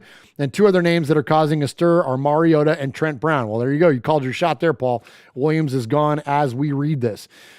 It looks likely that Mariota will be traded. I can't imagine what we'll do to Swaggo, but if it does happen, I look forward to Aloha Corner changing to Jacksonville Nathan Peterman theme segment, or maybe not. It's kind of funny because before the COVID flared up here and we stopped doing shows live and whatever, we were going to change Aloha Corner to Fresno Corner, and he was going to start rocking Fresno State gear and doing it about Derek Carr. So I look forward to when we get Swaggo back here in the fan cave. So yes, because you're right. Aloha Corner is going to change soon. Trent Brown is a tough one to call. Undoubtedly great player, but from a distance doesn't seem to want to be a Raider anymore. However, if he's willing to restructure, should we keep him? Yeah. I mean, when Trent Brown's good, he's good. Like great even.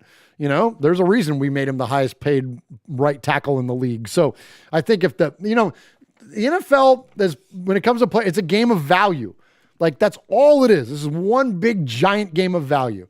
You know, when we talk about the opposite sex, there's the crazy hot scale, right? Like, how much crazy are you going to be willing to put up with based on how hot they are? And of course, I'm being silly, but you guys know what I'm saying. Like, there's a balance to be struck there. And your value in the NFL is the crazy hot scale. Well, so like, you know, is your, you know, the things you have to deal with as a franchise, is it worth the money that they're putting into you? So, you know, if he's willing to restructure, then he'll work out on the crazy hot scale. If not, then he's probably going to be a cut. I think he's going to be a casualty for sure. Also, I saw an article a couple days ago on Just Blog Baby that if we cut Tyrell Williams, Joyner, Mariota, yeah, this is exactly what I just lined out. We can save 60 plus million, absolutely, by cutting all these guys. That would be a healthy start, but it start with filling the gaps on the weakening depth chart. One thing for sure, there are more questions than answers at this stage. Absolutely. Just like a good movie, every time you answer a question, then you got more questions. If anybody's willing to restructure their current deal, some big names should be walking the plank in March. There's another train of thought as well. How do we know that Coach Bradley won't turn the existing defense into a more efficient unit? Do we risk wholesale changes, or do we see what we got, what the coach can get out of them with a few tweaks? That's what I'm thinking. I'm thinking Coach Bradley alone is going to bring us up 5 to 10 spots of that defensive ranking. Then you add in a few pieces, Richard Sherman, Melvin Ingram, Leonard Williams, blah, blah, blah. Then that moves us up into the middle of the pack. I don't think this is that far of a stretch for us to get into a mid-tiered, 15th overall defense. I finally got to see the Al Davis 30 for 30, and I loved it. It told the story very well without bias. It showcased the characters of both men equally, and the technology was used very well. The standouts for me were 5 minutes in, an interviewer asks Al, when kids used to show up when you were little, were you the first one chosen or the last? Al replies, well, I like to think I was one of the guys choosing. What a perfect reply, and so Al Davis, always the leader. Amen, Paul. Great call out. That one caught me too. Like, that was just the most Al Davis answer ever. Nobody looked cooler and more in control than Snake. And when Gene Upshaw spoke, you listened. One of my favorite all-time photos is Matt Millen punching Patrick Sullivan. Yeah, then GM of the New England Patriots. We'll never see another Al Davis. What a unique character he was. Stay safe. RFR family. Love you, Raider Nation. His Lordship, Paul Edgerton, Shropshire, Mississippi, Polly Award winner 2019, Foggy Glasses Award winner 2020, BRT Sizzler Score Keeper, a proud made man, and five-time +1 winner of the Raiders Fan Radio BRT Sizzler Award. Paul! Paul! Paul! Paul! Paul. Paul! Paul! Paul! Paul! Paul! Paul! Paul! Paul. Paul! Claude! Claude! Claude! Paul. Paul! Paul! Paul! Paul! Paul! Paul! Paul. Your name, Paul? Hello? Paul. Hello? Paul. I met him with Paul. Who? Paul. Paul, yes, Paul. Paul's not here. Hey, Paul. Paul! Hi. I'm Paul. Hey, everybody, this is your old Uncle Mosh out here at the Raiders game. I got Q-Dog, I got Mojo, I got Big Raider Trucker, and they got something to tell you about Raiders Fan Radio. Get your facts, get your funny, and get the out. Woo! You're listening to The Violator, and I'm live on Raiders Fan Radio. Where you at, baby? All right. A lot of emails tonight and just a handful of phone calls. So again, don't forget, we're going to pick one of those to be our Sizzler Award, which is the best email or phone call of the night. A lot of folks still hanging in there in the chat, man. Appreciate you all. Glocks are us. Valerie Pickard is in there, or Picard. I hope I'm saying that right. I'm going to go with Pickard. Aaron the Q-Dog Raider is in there. Lee B is in there. Title Raider. Kill Jadis. Michelle Sweat. Chuckdown Raider. Kevin the Raider Nerd is in there. Devil Boy is in there. Raider Flash is in there. Chucktown Raider is in there. Ms. Molly is in there. Man, a lot of good folks. Storm is in there. Jack Q is in there. I hope I'm pronouncing that one right as well. Appreciate all of you. Stevie Mack is in there. Man, so many new names. I love this. Appreciate you supporting us here at Raiders Fan Radio. Okay, one more segment to get to before we get out for the night. Speaking of the chat, appreciate all the amazing donations tonight. Appreciate Aaron, a Q-Dog Raider, with the 1911, which of course reference to the founding year of his fraternity, Omega Psi Phi. Appreciate Title Raider with a couple donations in there. Thank you, guys, man, so much for what you do to support us, and know that every penny you get goes 100% to our foundation, which in turn this year is going to give to the Bolitnikoff Foundation Award. So thank you so much to you. Another name in there, Juan Gonzalez, man. Appreciate you jumping in there into the chat. And yeah, and while we appreciate the monetary donations, also, if you don't mind just supporting our show by hitting the thumbs up, hitting the bell, whatever, and just share it. You all got Raider fans that are friends. Tell them about us. Tell them about the audio version of the podcast at Murph's Fan Cave, which you can find on any podcast service. We're now part of the Blue Wire family, and proud to be part of the Blue Wire family with Raider Cody, Lindsey Cohn, not Lindsey Cohn. I'm thinking Linda Cohn. Lindsey Rhodes from NFL Network, like so many good folks from Blue Wire. And so we're very thankful to be part of the Blue Wire podcast team. So you can find us by searching Murph's Fan Cave, or, of course, here on the YouTube or on Facebook. Like, please just put the word out for us, because again, the more, we don't do this because we want to get a lot of attention. We do this because the more attention we get, the more money we raise, and the more money we raise, the more we can give it away. And the bigger this family gets. And the best part about Raider Nation is the family that we all are. So that's why we do it. So appreciate you for those of you that support us that way. All right. So three voicemails to get to tonight. And, I mentioned the made men and the made women, of course, and every crew needs a captain. And our captain is what we call the capo, and he is Aaron, the Q-Dog Raider. And he always starts off the segment. Greetings, Don Murph, Consigliere Marsh, Underboss Sonny, Sergeant at Arms, the Sizzler, Big Raider Trucker, Mojo from When the Universe Speaks, Ramon the Mean King, Swag Jeff, Ron the Mater Raider, Nation. As a survivor of the great winter apocalypse here in Texas last week, let me preface my phone call by saying, F the Chiefs. I'm pleased to report they are $17,438,877 over the salary cap. I hope they have fun with that. With the re-signing of Edge, David Irving, and the potential return of Vic Beasley, the Las Vegas Raiders ended the season with fewer roster needs. Given the lackluster safety free agency options, I want to be the first to say, if not the second, that I want the little homie from down the road, Trayvon Moehrig. There you go. In the 2021 NFL draft. We're showing up the second and the first line of the defense. I say we go all in, to get ourselves a premier free safety, if at all possible. His only question mark happens to be open field tackling, but with the coaching of Gus Bradley, I think that could be addressed. Coupled with Jonathan Abram, we can rock and roll, a term used when safeties are interchangeable. We'll move up and down between the strong and free safety positions based on the formations of the offense. Let's do it. Oh, and let's not forget, I hope that Tanner Muse doesn't get Lynn Bowden. He could be a third head on this safety monster coming into next year. Just the thought, why have him as a converted linebacker when obviously he can go back to his natural position? Much has been speculated about Benedict Brown and his likely cut or trade from Las Vegas. Murph, tell me, Isaiah Wilson, who is this cat? He was the number 29 pick in last year's NFL draft playing for the Titans, but he says he's done with them. So what does that mean for us? The 22-year-old offensive tackle is on the reserve non-football illness list. If Wilson is truly done with the Titans, what does that mean for us as the former Georgia standout, may hit the free agent marker to be traded? Now, Alex Leatherwood, again from Alabama, could quickly address the need in the 2021 draft for right tackle. But again, the 2020 Outland Award winner out of Alabama, I don't know if we want to draft him if Moehrig is available. In the second round, Tulsa linebacker Zaven Collins, the Bronco Nagurski Trophy winner for 2020. We need to go ahead and look at this guy in the second or third round, preferably the second round. Now, is it safe to finally admit Baby Cleveland is not the replacement for Khalil Mack? Chris? F to the E to the R to the R to the E to the L to the L. It ain't furl. Mueller of YardBarker.com wrote in an article, players poised to take a leap in 2021. Of the 25 players listed, which included virtually every first-round draft pick from last year's draft, not a single Raider was mentioned. The disrespect is duly noted. The grocery list. Let's go ahead and see if we can still get Mark Ingram. There's a lot of chatter about him, and honestly, I'm feeling this guy. We need him. He's a character guy. We need an edge.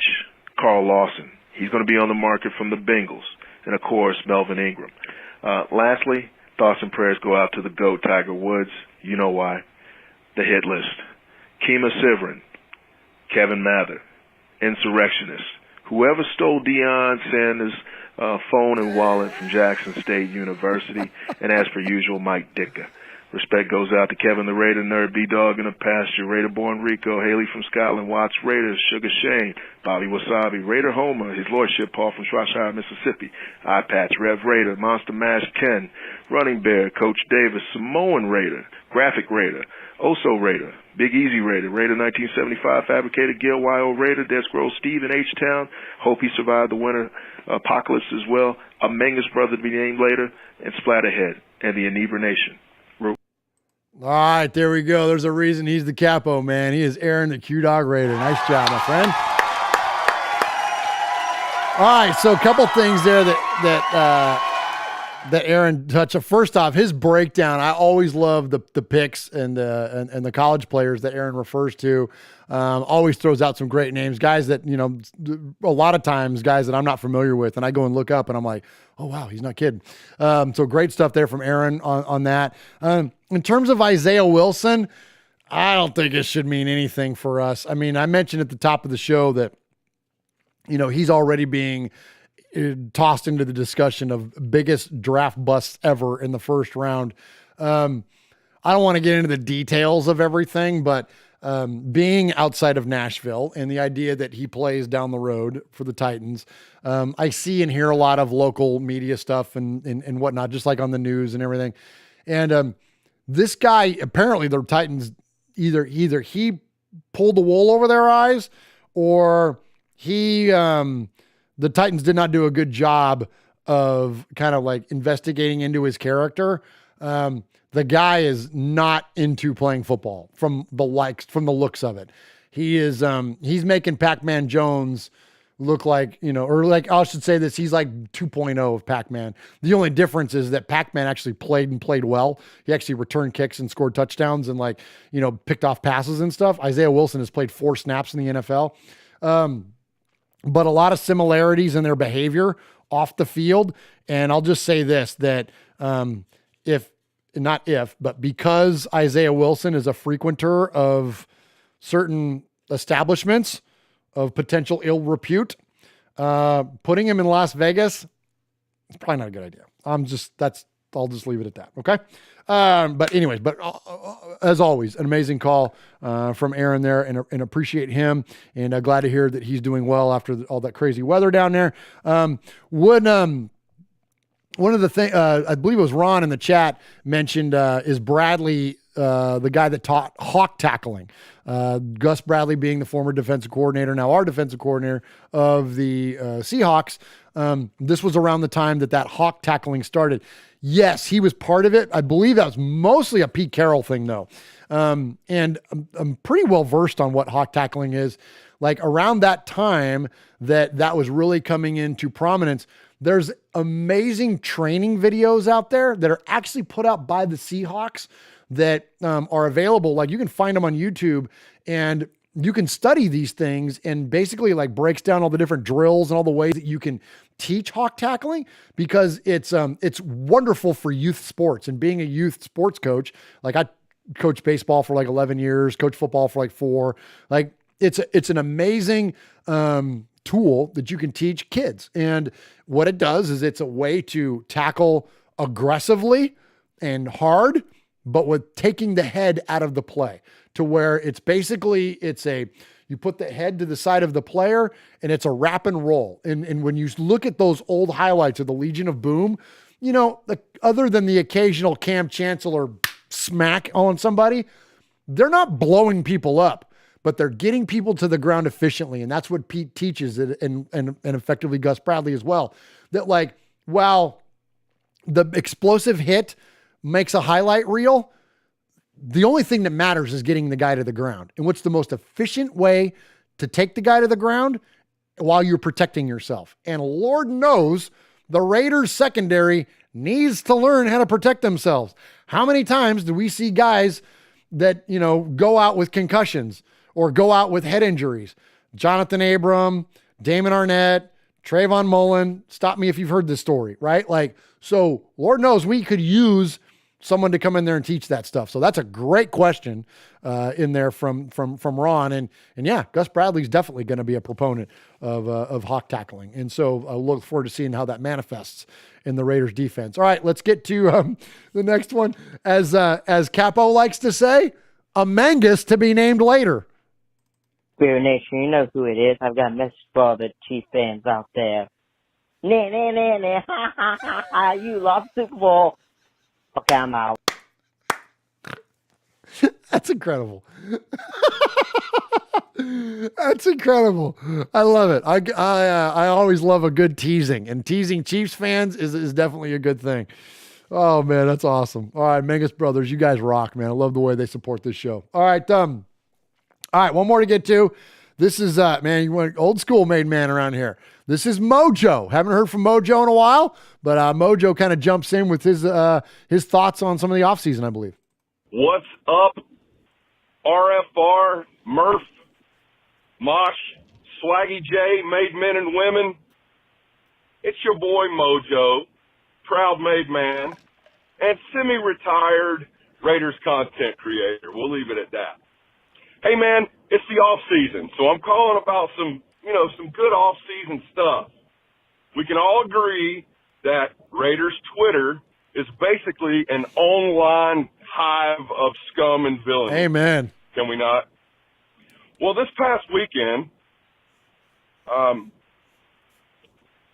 Pat McAfee, who thinks he's some sort of sportscaster, and also prior Indianapolis Colts idiot kicker, who was a complete homer for the Colts, quarterbackless Colts, decided to kind of go in on a friend of the show, Raiders Beat content creator, Mr. Cody.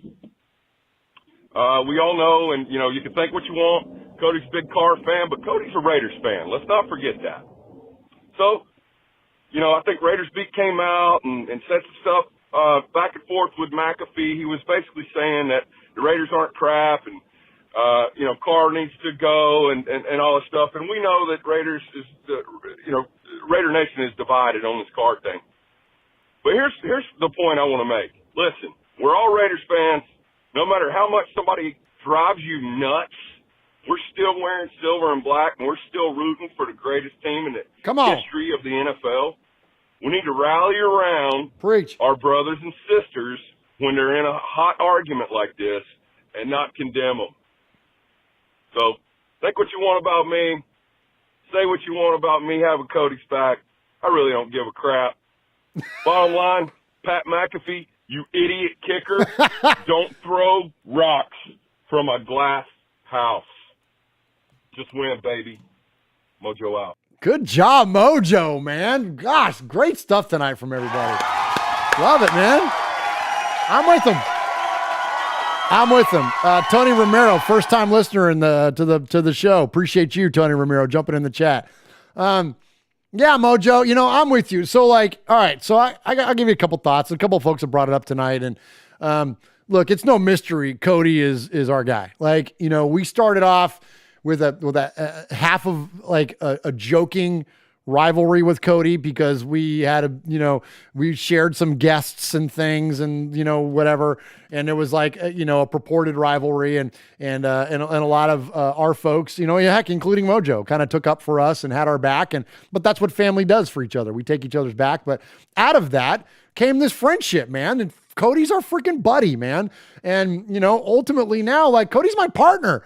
Cody and I are partners in the One Nation Foundation, our charity organization that gives to all these Raider charities. Everything funnels through the One Nation Foundation, and there's only 3 people on that board, and it's Cody, and it's me, and it's Uncle Mosh. And so, Cody's our guy, man. So I'm with you. And I know that he catches a lot of heat on Twitter because of his opinions about Derek Carr and, his relationship with Derek Carr. And, look, it's no mystery that the guy knows Derek and they know each other offline. There's nothing wrong with that. He's a fan and Derek Carr's our quarterback. Like, it gets lost on me, the idea that people aren't a fan of Derek Carr. Like, he's the Raiders quarterback and you're a Raider fan. Like, support him until he's not. The day that he goes and plays for the Patriots or whatever else, then I'll hate him. But I don't hate him. I love him. He's my quarterback. He's your quarterback. So, like, I want him to be successful. Just like I want Mike Mayock to be successful. I want John Gruden to be successful. I'm not going to trash talk our guys. Now, will I question at times performance fairly? Yes. And I've done that. If you listen to the show enough, I've done that around Derek. But I've never, wished him away. Or, certainly never held an opinion of somebody that continued to maintain their fandom, and the crap storm that goes at Cody because he supports Derek Carr is a little unwarranted, but hey, look, they say when it comes to online and it comes to publicity, attention is attention. Like, a click is a click. It doesn't matter if it's a negative or a positive. Attention is attention. So with this whole thing with Cody and McAfee, look, I wasn't involved in it. If I were, if he uses the name Murf instead of the name Cody, I'm probably responding different. And I would say that to Cody. Oh, I am saying it to him right now because I'm saying it live on the air, but I'd say it to him if I was on the phone. Like, I might've handled it different and how it unfolded, but yeah, Cody's our guy. Cody's Raider Nation. You can differ with him on your opinion about our quarterback, but Cody represents and flies the flag of Raider Nation. And he puts himself out there in a very risky way, just like we all do as content creators. But, Cody's got a huge audience and he puts out a lot of things that he exposes himself, into a lot of hate. He puts himself out there for a lot of, retaliation and a lot of commentary. And frankly, that takes a lot of guts. Like, that takes cojones, right? To do something like that. And so I got respect for him, and he's one of ours. He's one of Raider Nation. And if somebody else that's not part of Raider Nation, including a loudmouth freaking host of some show, hell yeah, we're going to go at him. Like, we're going to take up for our guy. Like, no matter what, like, we can kind of talk about our own, but you start talking about us and we got a problem, right? So I'm totally with Mojo. And although I had my own opinion about, again, the way some of the stuff unfolded, might've done some stuff different, but that doesn't matter. What matters ultimately, Cody's our guy, Pat's not. You know what I mean? So take care of our own. All right. So appreciate that, Mojo. Great call, man. Great call out there. And look forward to hearing what the chat has to say on it. But, I feel pretty convicted about that, man. Just like I would feel just as convicted about any one of you. You know what I mean? Any one of the made men, any one of anything. Like, I'm not shy or would hesitate to get behind my microphone and use my voice for whatever that's worth to take up for you as well. Because, look, this Raider Nation thing is La Familia, man. And we mean it. That is not just casual commentary. Like, this is for real. This is really us against the world. Like, that's what Raider Nation is. It's us against the refs. It's us against the league. Ask Al Davis. It's us against 31 other teams.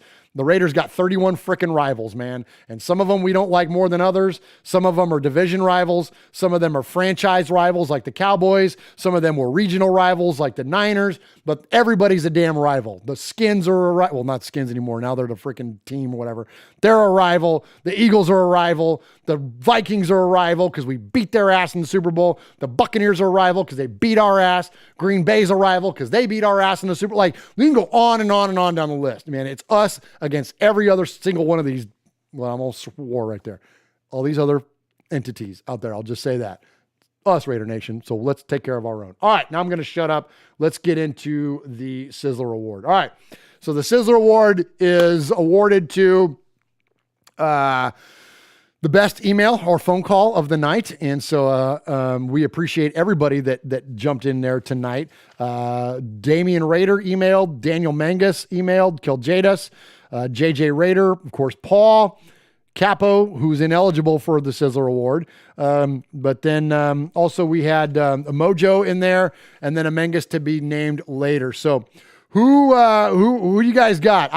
I'm going to tell you right now, I'm way biased on this. JJ Rader's email was a first-time email, was funny, was informative. He killed the Chiefs and he killed Tom Brady. Like, I'm like, what else do you want? I don't know. I think he's the guy, but okay, Kill Jada says JJ Raider. Anybody else? But JJ, everybody, here we go. A lot of JJs there. All right. So it's JJ Raider. Congratulations, my friend. Tonight, you are the winner of the BRT Sizzler Award. I am the Sizzler. Sizzler. Sizzler. Sizzler. Sizzler. Sizzler. Sizzler. Sizzler. Whoops.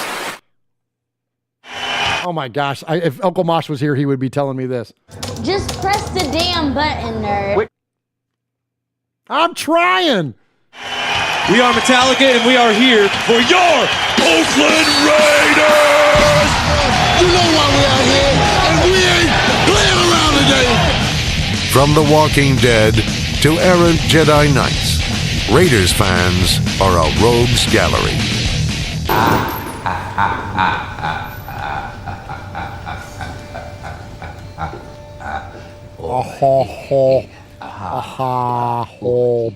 Aguilar with the Raiders. Resign Aguilar with all your money you're going to get for restructuring contracts. All right, Raider Nation, that's all I got for you tonight. Thank you so much, man. I appreciate you. Jason Marshall is in there. Aaron the Q-Dog Raider. Chucktown Raider. Kill Jadis. Ron the Mater Raider holding it down. Ron, I promise I have your gift pack on the way. I'm such a freaking slacker getting to the post office. I've got that coming soon. I've got a few gift packs going out to folks, and so sorry it's taking me this long. Chevy Silver Raider. Glocks R Us is in there. Michelle Sweat is in there. Sugar Shane. Juan Gonzalez. Ashton is in there. Appreciate everybody joining us in the chat tonight. Appreciate all of the Facebook, the Twitchers. Can I call you Twitchers? I don't know. That sounds derogatory in some way, but like the Twitch is, yeah, you Twitches. Thanks to the Twitches that watch us on the Twitch. Thanks to the Facebookers. We appreciate the Facebookers and joining us in there. And of course, everybody here on the YouTube, not only those of you that joined in live, but those of you that jump in and watch this thing afterwards. Thank you for all the wonderful support you give Raiders Fan Radio and Murph's Fan Cave. And yeah, stay tuned. So we're probably going to be off next week. Probably won't do an RFR show, but I got a few things lined up, man. Some more cool interviews coming. We did an interview with Trent Sigg, the Raiders long snapper, last week. I'm hoping to do more player interviews, have those coming at you, but then just interviews with cool Raider people. That interview with Rich Schmelter, the author of the Raiders Encyclopedia, if you haven't listened to that yet, go listen to that. Rich he's the man. I have a term I like to say. It's new old friends, where you meet somebody and it feels like you've known them for 20 years. Rich is one of those guys, man. He's the dude, and he's got an incredible wealth of knowledge when it comes to the Raiders, and has some upcoming Raider books that he's authoring, and so much respect to him, and go check that out. And so look forward to probably more stuff with Rich coming along the pipeline there. So as always, thank you to all the listeners.